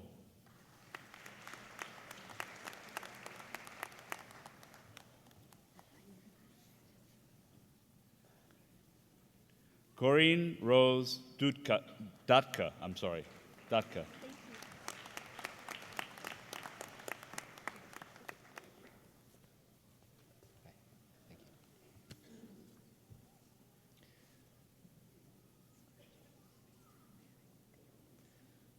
Teresa May Farrell.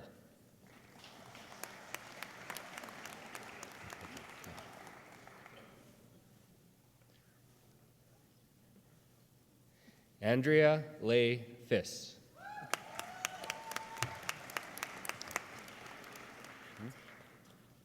Okay.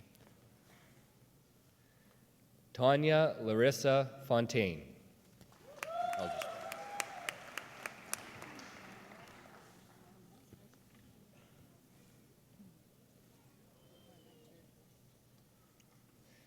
Allison Marie Greeno.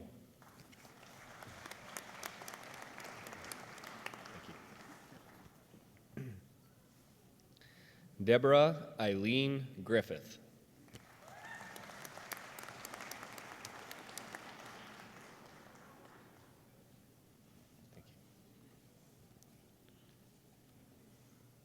Leanne Sophia Grunding.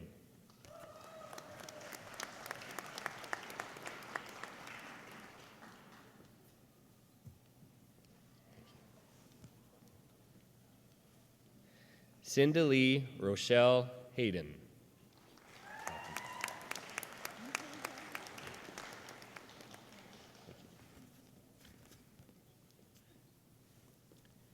Ian Weir Hecht.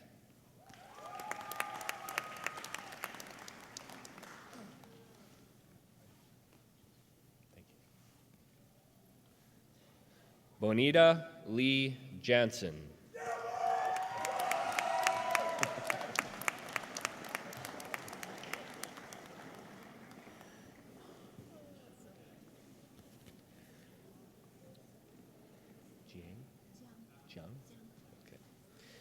Lu Jiang.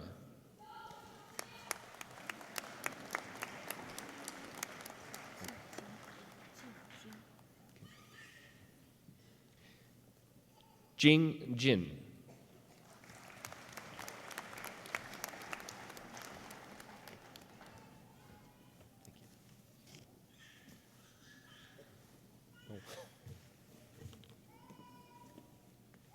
Okay. Jacqueline Lee Johnson.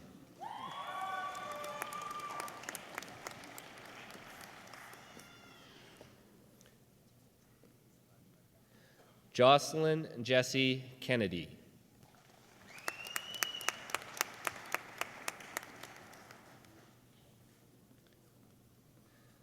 Brett Arlen Kirk.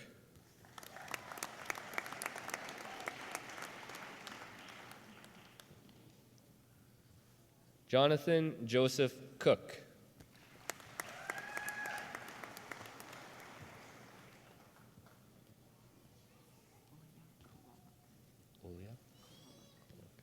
Olia Daria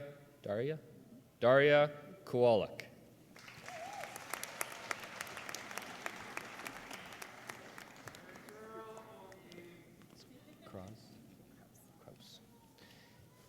Amber Charlotte Kraus.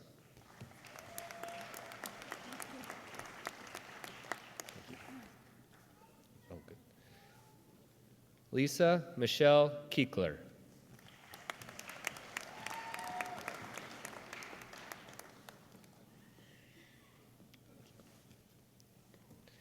Edla D. Landry.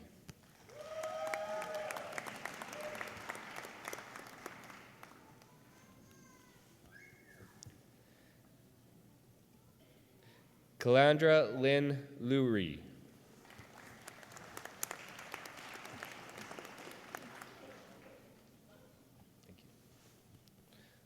Weifan Lee.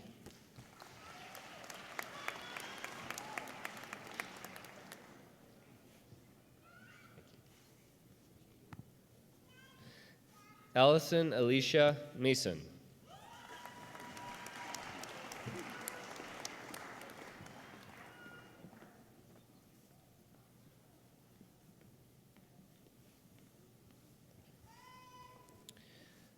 Sarah Michelle Mikulchuk.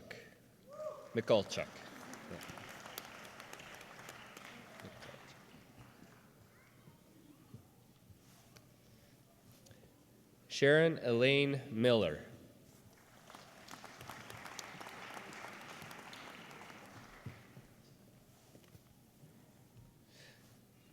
Caitlin Marie Moldenauer.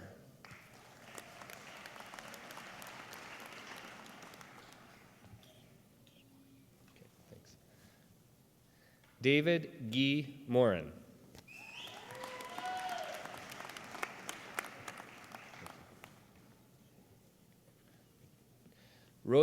Rosemary Jeannie Morin. Minch? Okay. Haley Catherine Minch.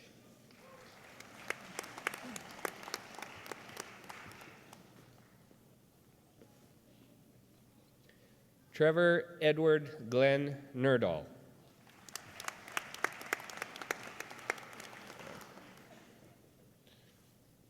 Blanche Coral Nickel.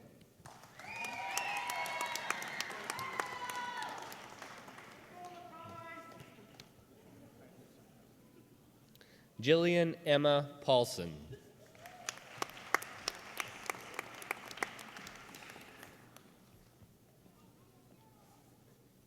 Diane Irene Marie Popovich.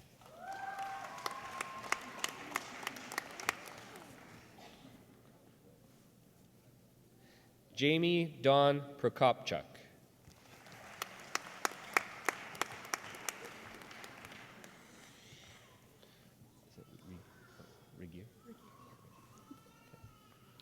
Christina Lynn Regier.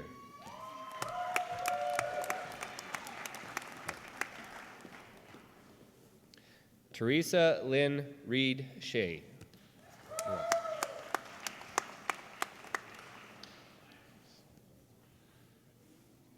Carly Christine Radomski.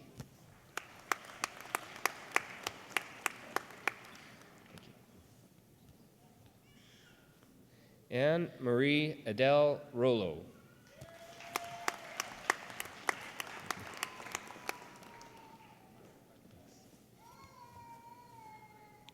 Christopher Lee Anthony Roy.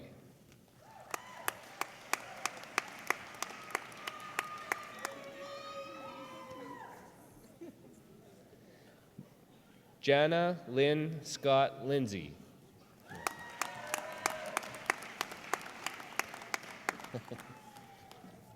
Skirdall. Okay. Randolph William Skirdall.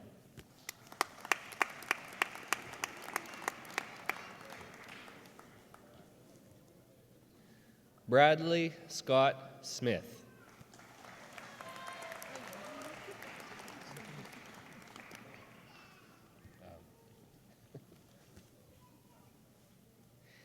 Tiffany Bree Smith.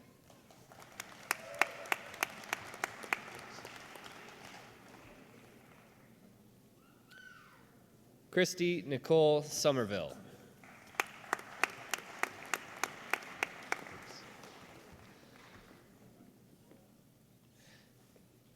Michelle Deanne Steyer.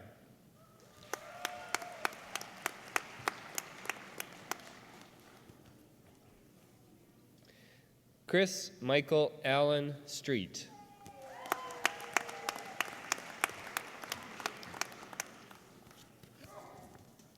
Tessier. Okay. Robert Joseph Ronald Tessier.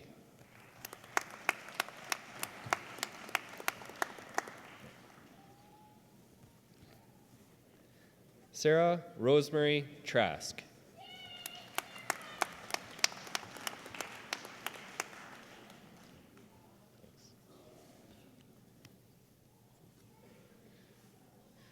Nicole Natalie Irene Vogan.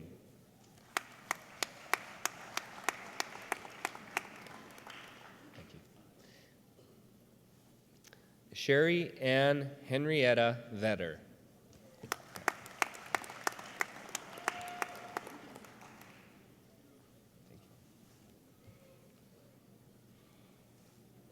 Callie Christine Wiebe.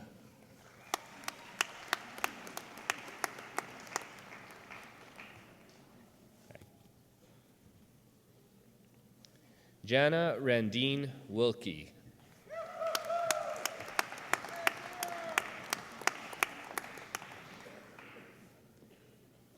Heather Lynn Wright O'Hearn.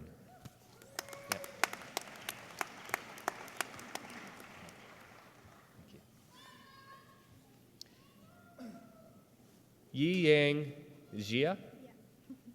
Jia. Thank you.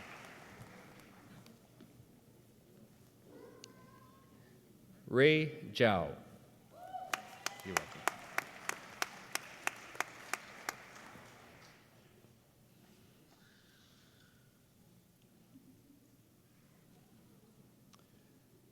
Ladies and gentlemen, it is my privilege to present our PhD graduates. The custom at the University of Saskatchewan is for our PhD graduates, once they have been admitted to their degree, to be met by their supervisor and escorted to join the platform party in a symbolic welcome to a global community of scholars.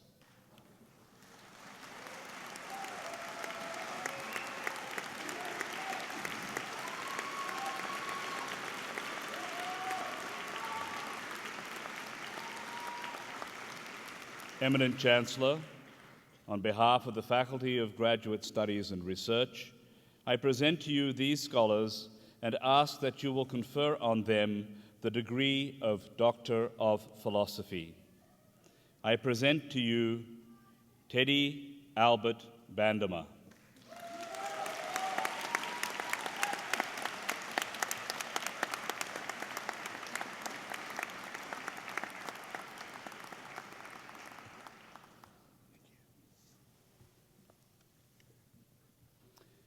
Cynthia Gladys Baum.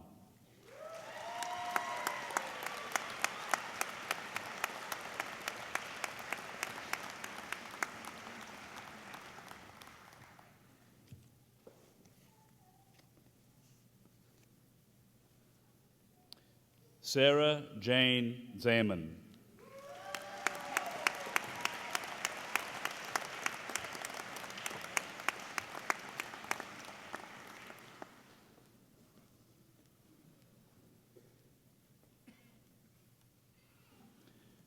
Jennifer Seaton.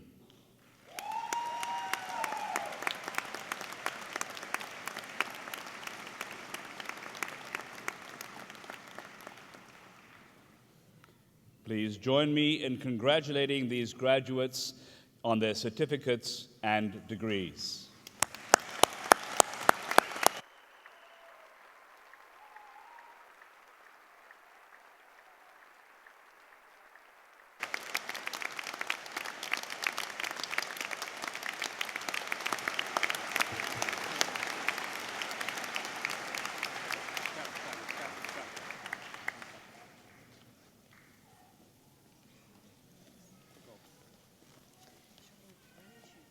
Eminent Chancellor, in the name of the faculties, I ask you to grant the degrees and certificates in absentia to those students who have met the requirements to graduate but were not able to be present today. At the request of the faculties, I authorize these degrees and certificates be granted.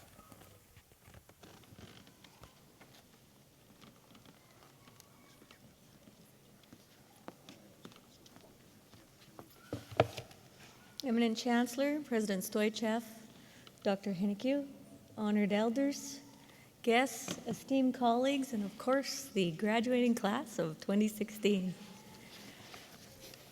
Thank you. Thank you. Tanse Tanshi Kakyao Kitam Skutnawao. I am honored today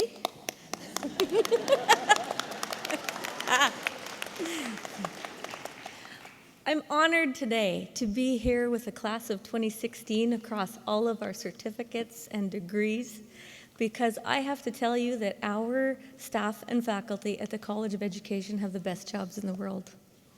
We have the opportunity to work every day teaching and learning with all of you who now have the awesome responsibility to use your gifts to teach and learn and shape the futures of the students of tomorrow in this province and beyond. That's pretty awesome.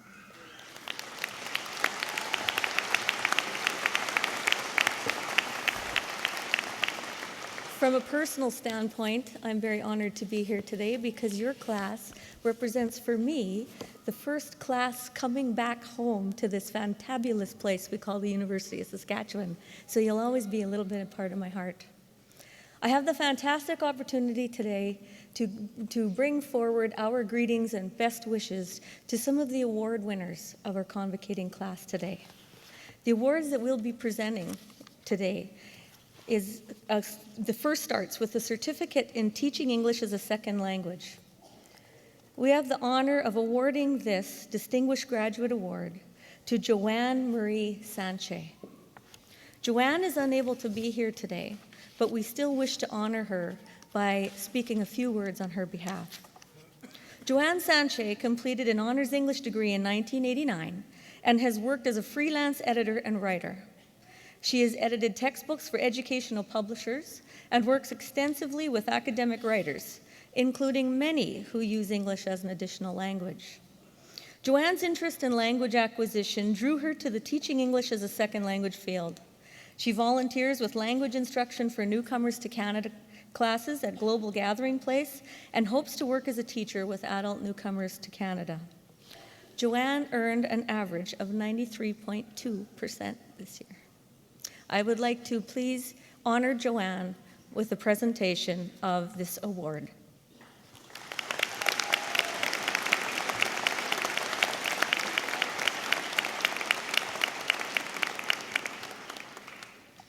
Our second award this evening is the Saskatchewan Teachers Federation Prize.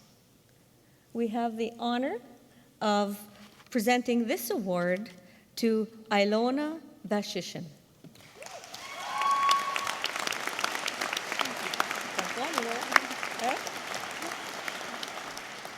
Ms. Ilona Vashishin, recipient of the Saskatchewan Teachers Federation Prize, graduates with great distinguish today with an average of 95.52%. Yeah.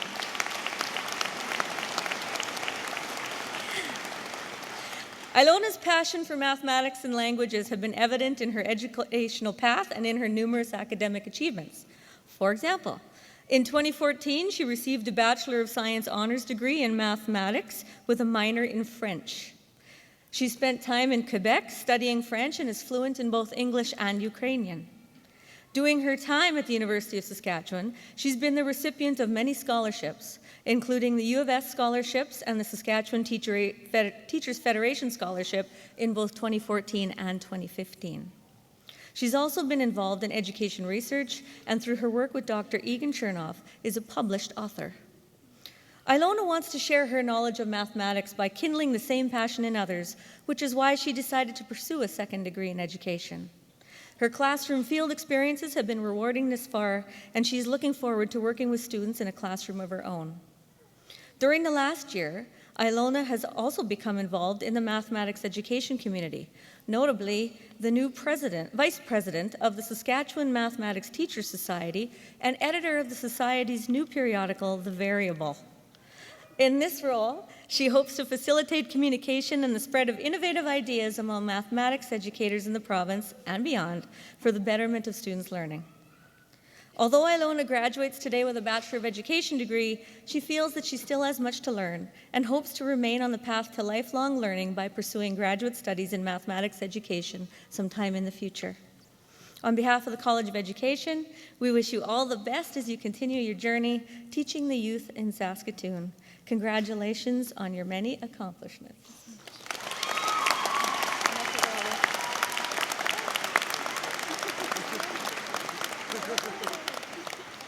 I can't let her go anywhere because she's getting another one. Thank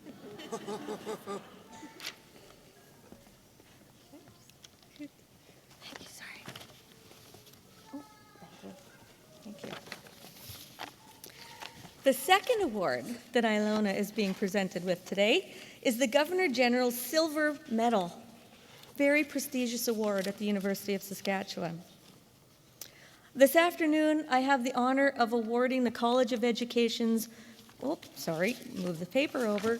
Ilona Vashishin was born in Dresden, Germany. Her family lived in Ternopil, Ukraine until 2000 when they moved to Saskatoon. As she remembers it, Ilona spent most of her childhood reading, drawing, and a little bit of daydreaming. She attended Holy Family Ukrainian Bilingual Elementary School, then Bishop James Mahoney High School, where she received the Governor General's Academic Medal. After graduation, Ilona enrolled in the engineering program at the University of Saskatchewan. After a year and a half in the program, she realized that her true passion was for mathematics. She obtained a Bachelor of Science honors degree in mathematics with a minor in French. Ilona's strong interest in languages has taken her to Quebec for several months, where she studied French, and in addition to speaking English and French, she's also fluent in Ukrainian. During her time in the Colleges of Engineering and Arts and Science, Ilona was awarded several scholarships, including the James G. and Edith Duthie Memorial Scholarship, the Sylvia Fedoric Scholarship, and the Teruo Noyori Scholarship. Ms. Petition has an impressive publication record. 1 article has been published, 2 are in press, and 3 have been accepted. As an undergraduate student in the College of Education, she's worked closely with Dr. Egan Chernoff. Their article entitled A Formula for Success, an examination of factors contributing to Quebec students' high achievement in mathematics, has been published in the Canadian Journal of Education. A presentation by the same name was recently part of the College of Education Graduate Program's 2016 celebration of student research and scholarship. During her tenure in the College of Education, Ilona received many awards for her academic achievement: the University of Saskatchewan Scholarship, the College of Education Scholarship, the Saskatchewan Teachers Federation Scholarship, the Earl Robert Hay Scholarship, the Helen Hendrick Scholarship, the Saskatoon Normal School Scholarship, the Eleanor Ray Wiebe Anonson Book Prize, the Mary Anna Keefe Scholarship in Education, and the first ever Ask Scholarship. In her free time, she can be found with, like most of you, on Twitter, discussing mathematics and mathematics education. She enjoys reading, sketching, and taking long walks to catch up on podcasts. Ilona feels that she still has much to learn and hopes to continue doing so by pursuing graduate studies in mathematics education sometimes in the future. Until then, Ilona plans to teach in Saskatoon. This afternoon, it's my pleasure to award Ilona the 2016 Governor General's Silver Medal. Please join me in congratulating her.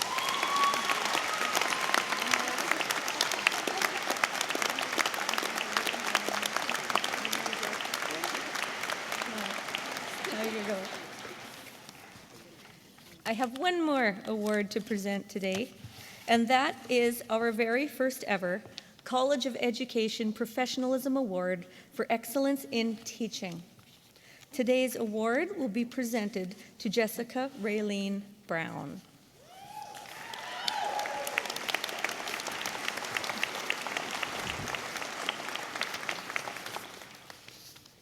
This afternoon, I have the honor of awarding the College of Education's Professionalism Award for Excellence in Teaching to Jessica Brown. This award was created to recognize a teacher candidate who's demonstrated educational excellence, innovation, uniqueness, creativity, and personal commitment to both the classroom and school while a member of the college community. She was chosen from among all of the Bates Award winners to be the Professionalism Award winner of our college. Jessica Brown grew up on a farm outside of Tisdale, Saskatchewan. After finishing high school, she moved to Regina in order to complete a degree in international development. Upon graduating from the University of Regina, Jessica decided to undertake a lifelong dream of learning French. She moved to Quebec City and dedicated 7 months to learning the language. It was while she was in Quebec that she truly fell in love with the language and made the decision to change career paths so that she could teach the language. She moved to Saskatoon and enrolled in the College of Education at the University of Saskatchewan.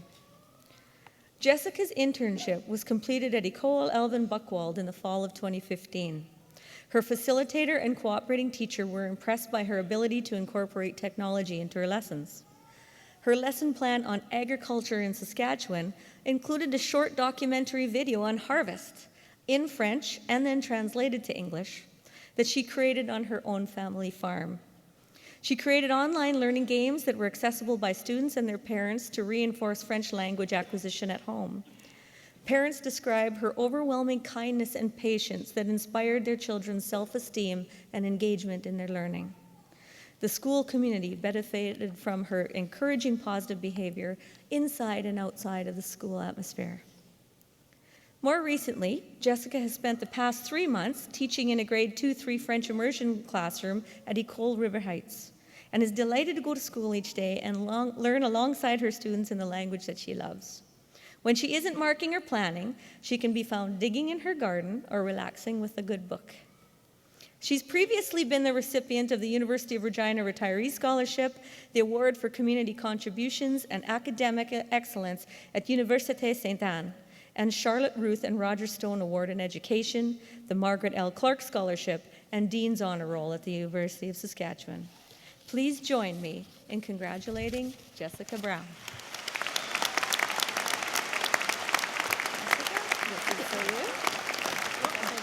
Okay, thank you.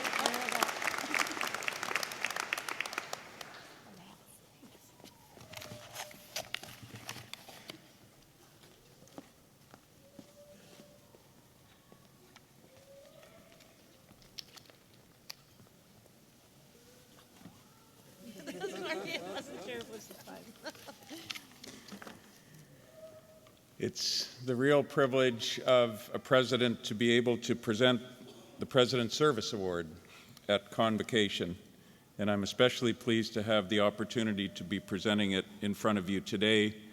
It's designed to recognize exceptional contributions by a non-academic staff member, and you need to know the criteria for selection in order to understand the significance of it. Enhancement of the work environment by providing extraordinary service to the university community, inspiration, support, and respect for the endeavors of others, and distinction achieved through dedication and commitment. And I'm particularly proud to honor someone here today who epitomizes all of these in the form of this award, Ms. Candace Waskas-Lafferty.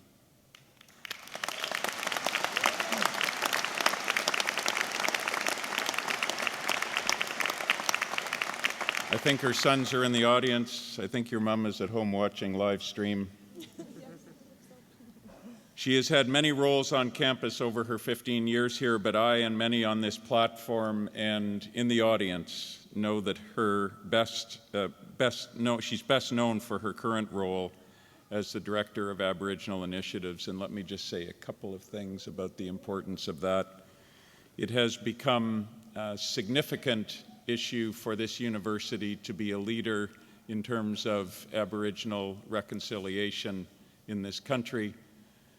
We have said that we want to be a leader in this regard. It's not a case of being the best. It's not a competition. It's just that we need to be a leader given who is in this province and how important this institution can be in this regard, to be a more welcoming place for Indigenous students, staff, and faculty, to close the education gap between Indigenous and non-Indigenous students.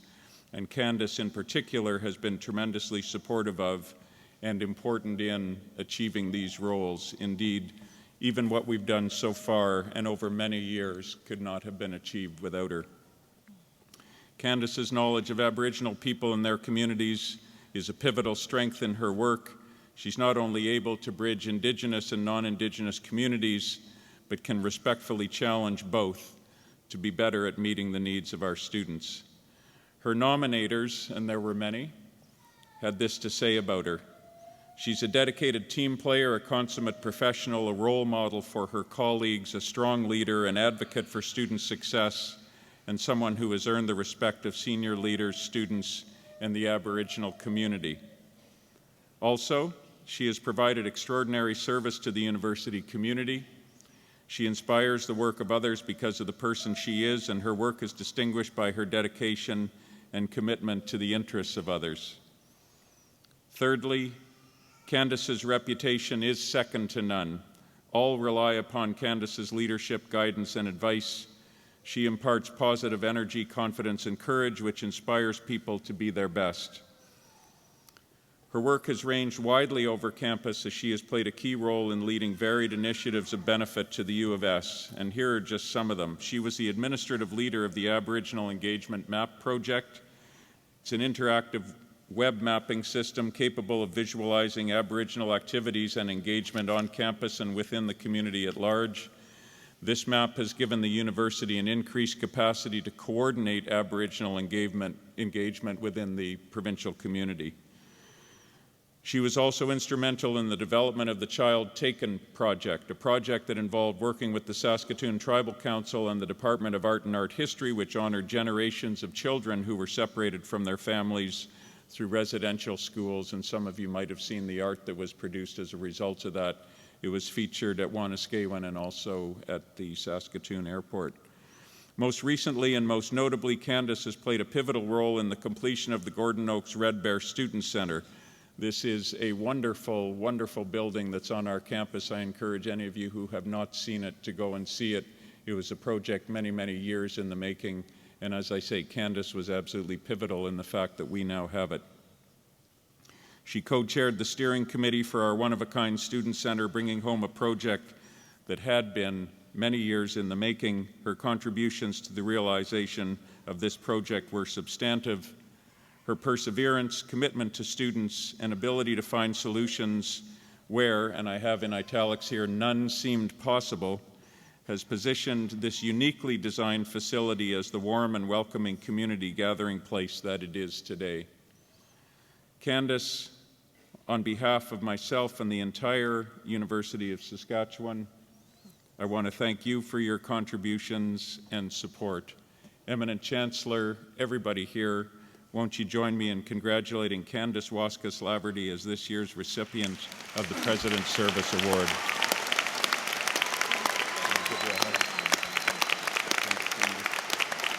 And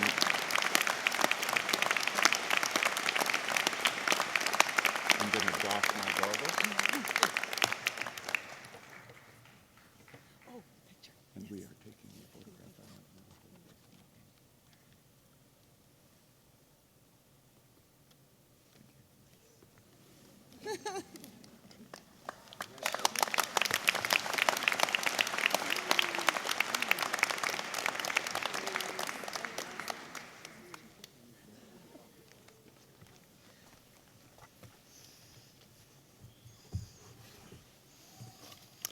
Eminent Chancellor, graduates, ladies and gentlemen, it is my pleasure to present the recipient of this year's Award for Distinction in Community Engaged Teaching and Scholarship.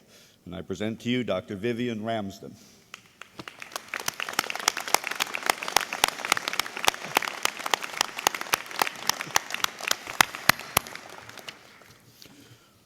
Forging meaningful partnerships with communities is a vital part of our university's teaching and research mission.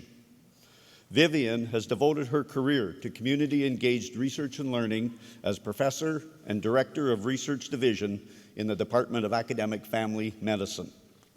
Through her community-based work, Vivian has helped to improve healthcare, health promotion, and disease prevention through the development of cross-cultural learning and participatory research. Vivian Ramsden is passionate about community-inspired research. This is research where the community itself is engaged in planning, implementation, and evaluation of the research for their own community in order to co-design culturally respectful solutions. Sincerity, compassion, commitment, these are hallmarks of the relationships that Vivian has forged with communities in northern Saskatchewan, with women in prison, with villagers in India. Vivian is a role model and leader in culturally respectful research, and it's recognized by her peers for her career-long commitment by several awards, including being named by the College of Family Physicians of Canada as one of Canada's top 20 pioneers in family medicine research. The writer of one of her nomination letters remarked, "It has been my privilege to sit at the table and watch community members move from suspicion of research toward active engagement in planning and taking part in the research process. To gain an understanding of the difference it makes when communities take part in generating their own data, engage with the results, and become involved in the dissemination." Another colleague noted, "Dr. Ramsden lives with the principles of transparency, ethical practices, and an attitude of with, not on or about. She carries the same set of principles into all areas of her academic career, whether a department meeting, a research meeting with the community, meeting with residents about their research projects. All become opportunities to build relationships, nurture research, and by the example she sets, promote participatory and transformative research practices. Without compromising rigor and quality of scholarship, Vivian's approach to surveying community needs has led consistently to unprecedented response rates of over 90% and many actionable results. Her research has been supported by many grants, and the projects have resulted in numerous peer-reviewed articles jointly authored by Vivian and community elders and members. One of her legacy articles was published a few years ago in the journal Canadian Family Physician. This article, entitled Learning with the Community, succinctly elucidates the principles and practices in community-based research. These are principles for which she is well known and upon which she based her academic career. And these are principles that are now widely held as the standard by which participatory community-based medicine is practiced in Canada. Ultimately, it's the evaluations provided by her community and academic colleagues which are the most revealing. A past community collaborator sums up Vivian's approach this way. She says, Viv's commitments to First Nations and Métis communities is significant. Her level of understanding and respect for Indigenous principles are to be commended. And goes on to say, the words I hear from her most often are, let me know if or how I can help. And I know she means it. Vivian, for the ways and successes you have had in undertaking meaningful scholarship that includes true community participation, for the positive impact of your work leading to healthier communities in Saskatchewan and abroad, for all of this and more, we are honored to celebrate you and to name you as the recipient of this award for distinction in community-engaged teaching and scholarship. Dr. Vivian Ramsden.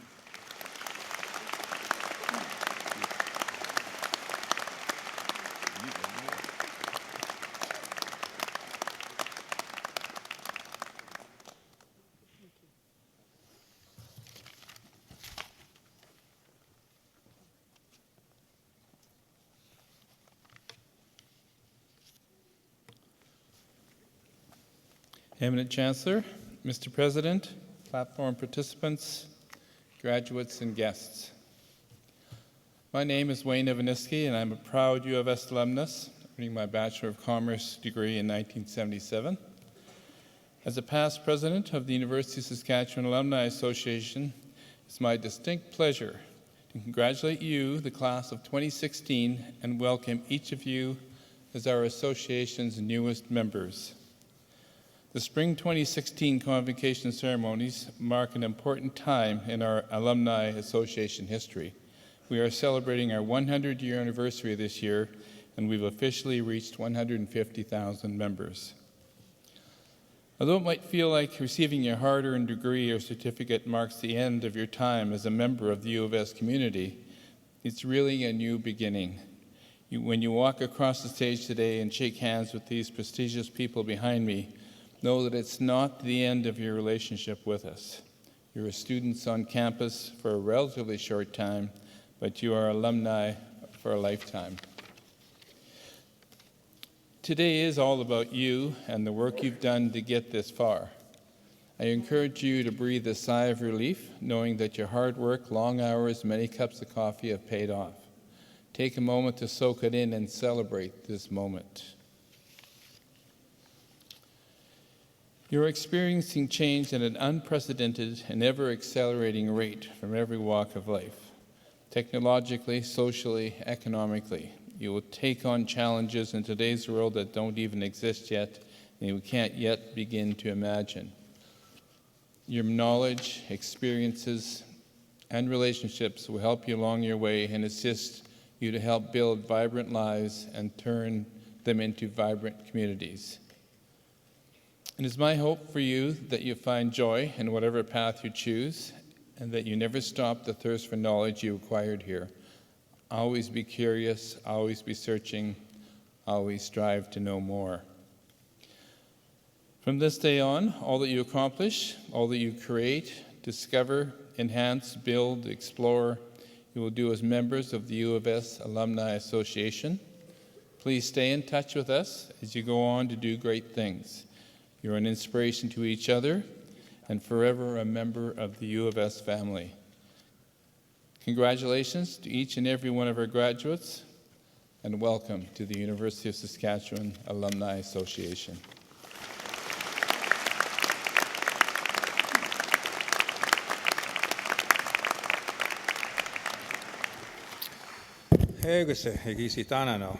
We've come to an end.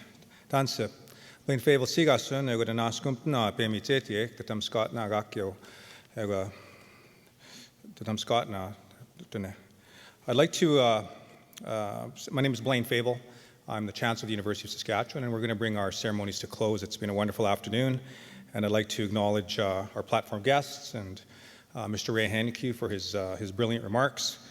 Ray is very humble, as you could tell, and I think Dean Petula did a great job in acknowledging his great accomplishments for First Nations people and for the province as a whole.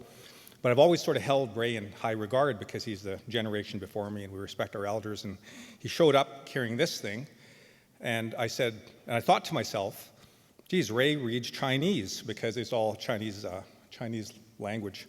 And I didn't say it out loud, but it was natural that Ray would read Chinese because Ray is who Ray is. So he's an accomplished man. I want to say a couple remarks in closing, just to all our visitors. You heard earlier in the ceremony the honor song. The honor song is sung tonight and this afternoon for our graduates. It's a very special song for the Cree people and for all Indigenous people in the Plains. It's a song of accomplishment, of gratitude, and there's so much meaning in that song. So I just encourage the graduates as you go through, and I'm sure you will, as teachers, hear the song again, and just remember that at this date and this time and this place, it was sung for you, and it was sung for your families, and it was very worthy. You were a very worthy recipient. In President Stoichev's remarks, he spoke about really what the University of Saskatchewan is about, its breadth, its scope, and what it does. And what he's trying to say and I'll encapsulate, is that the University of Saskatchewan, if it was a boxer, fights above its weight. We do much at this institution to change this country and this world, whether it's the Global Institute for Food Security or the Global Institute for Water Security. Our world is changing. The environment is changing. We have increased urbanization, less arable land, a greater demand on food, and a greater demand on water for your generation, for the generations to come. And this institution is the leading research institution in the country and will be in the world for trying to find innovative solutions to these questions and solve and make hopefully tomorrow more tolerable and perhaps more successful. But it's also doing a bunch of other good work, and the College of Education is one of the examples that we put forward, and I put forward honestly many, many times. It's host of the Indian Teacher Education Program, of which I'm an alumni, which is Canada's oldest teacher education program. I think we've graduated in excess of 1,500 students throughout its founding, and it's had a big impact on the Aboriginal community, the First Nations community. I'm an alumni of this program. I'm an alumni of this college, and I have affinity for the College of Education.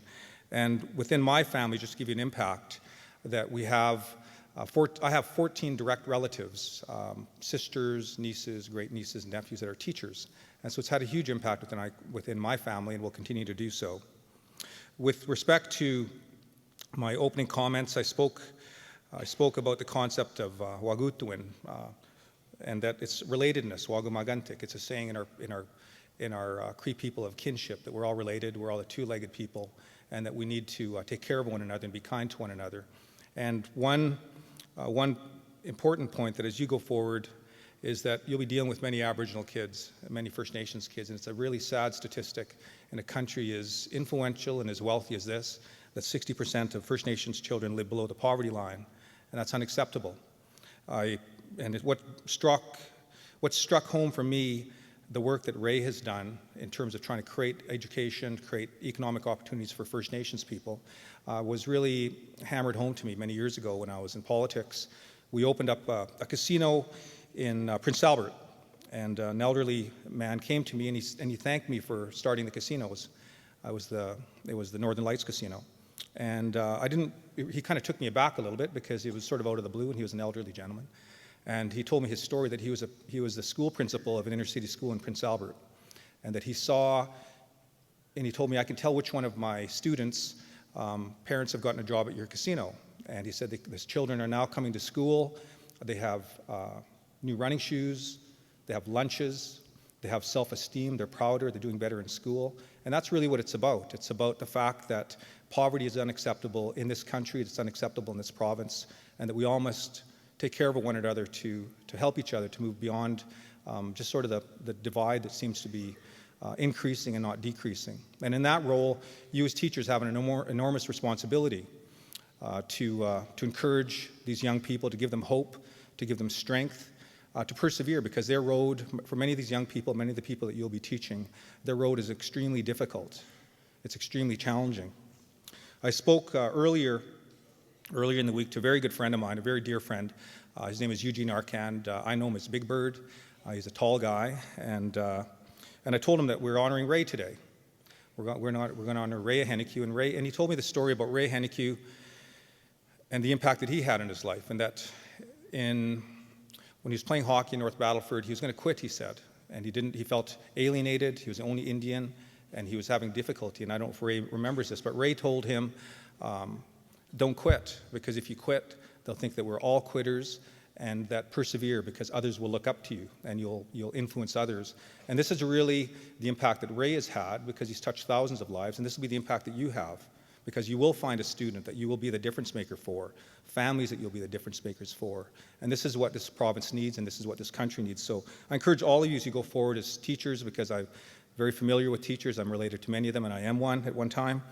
Just to have strength as you go through your career, have courage, have confidence in knowing that you're extremely important for the work that we all must do as Canadians to build a stronger country, to build tolerance and reconciliation in this country in our lifetime. Let's do it in our lifetime and not push it off for the next generation. So thank you very much for indulging me. I know it's been a long afternoon, but I did want to share that as this is my last convocation to the College of Education.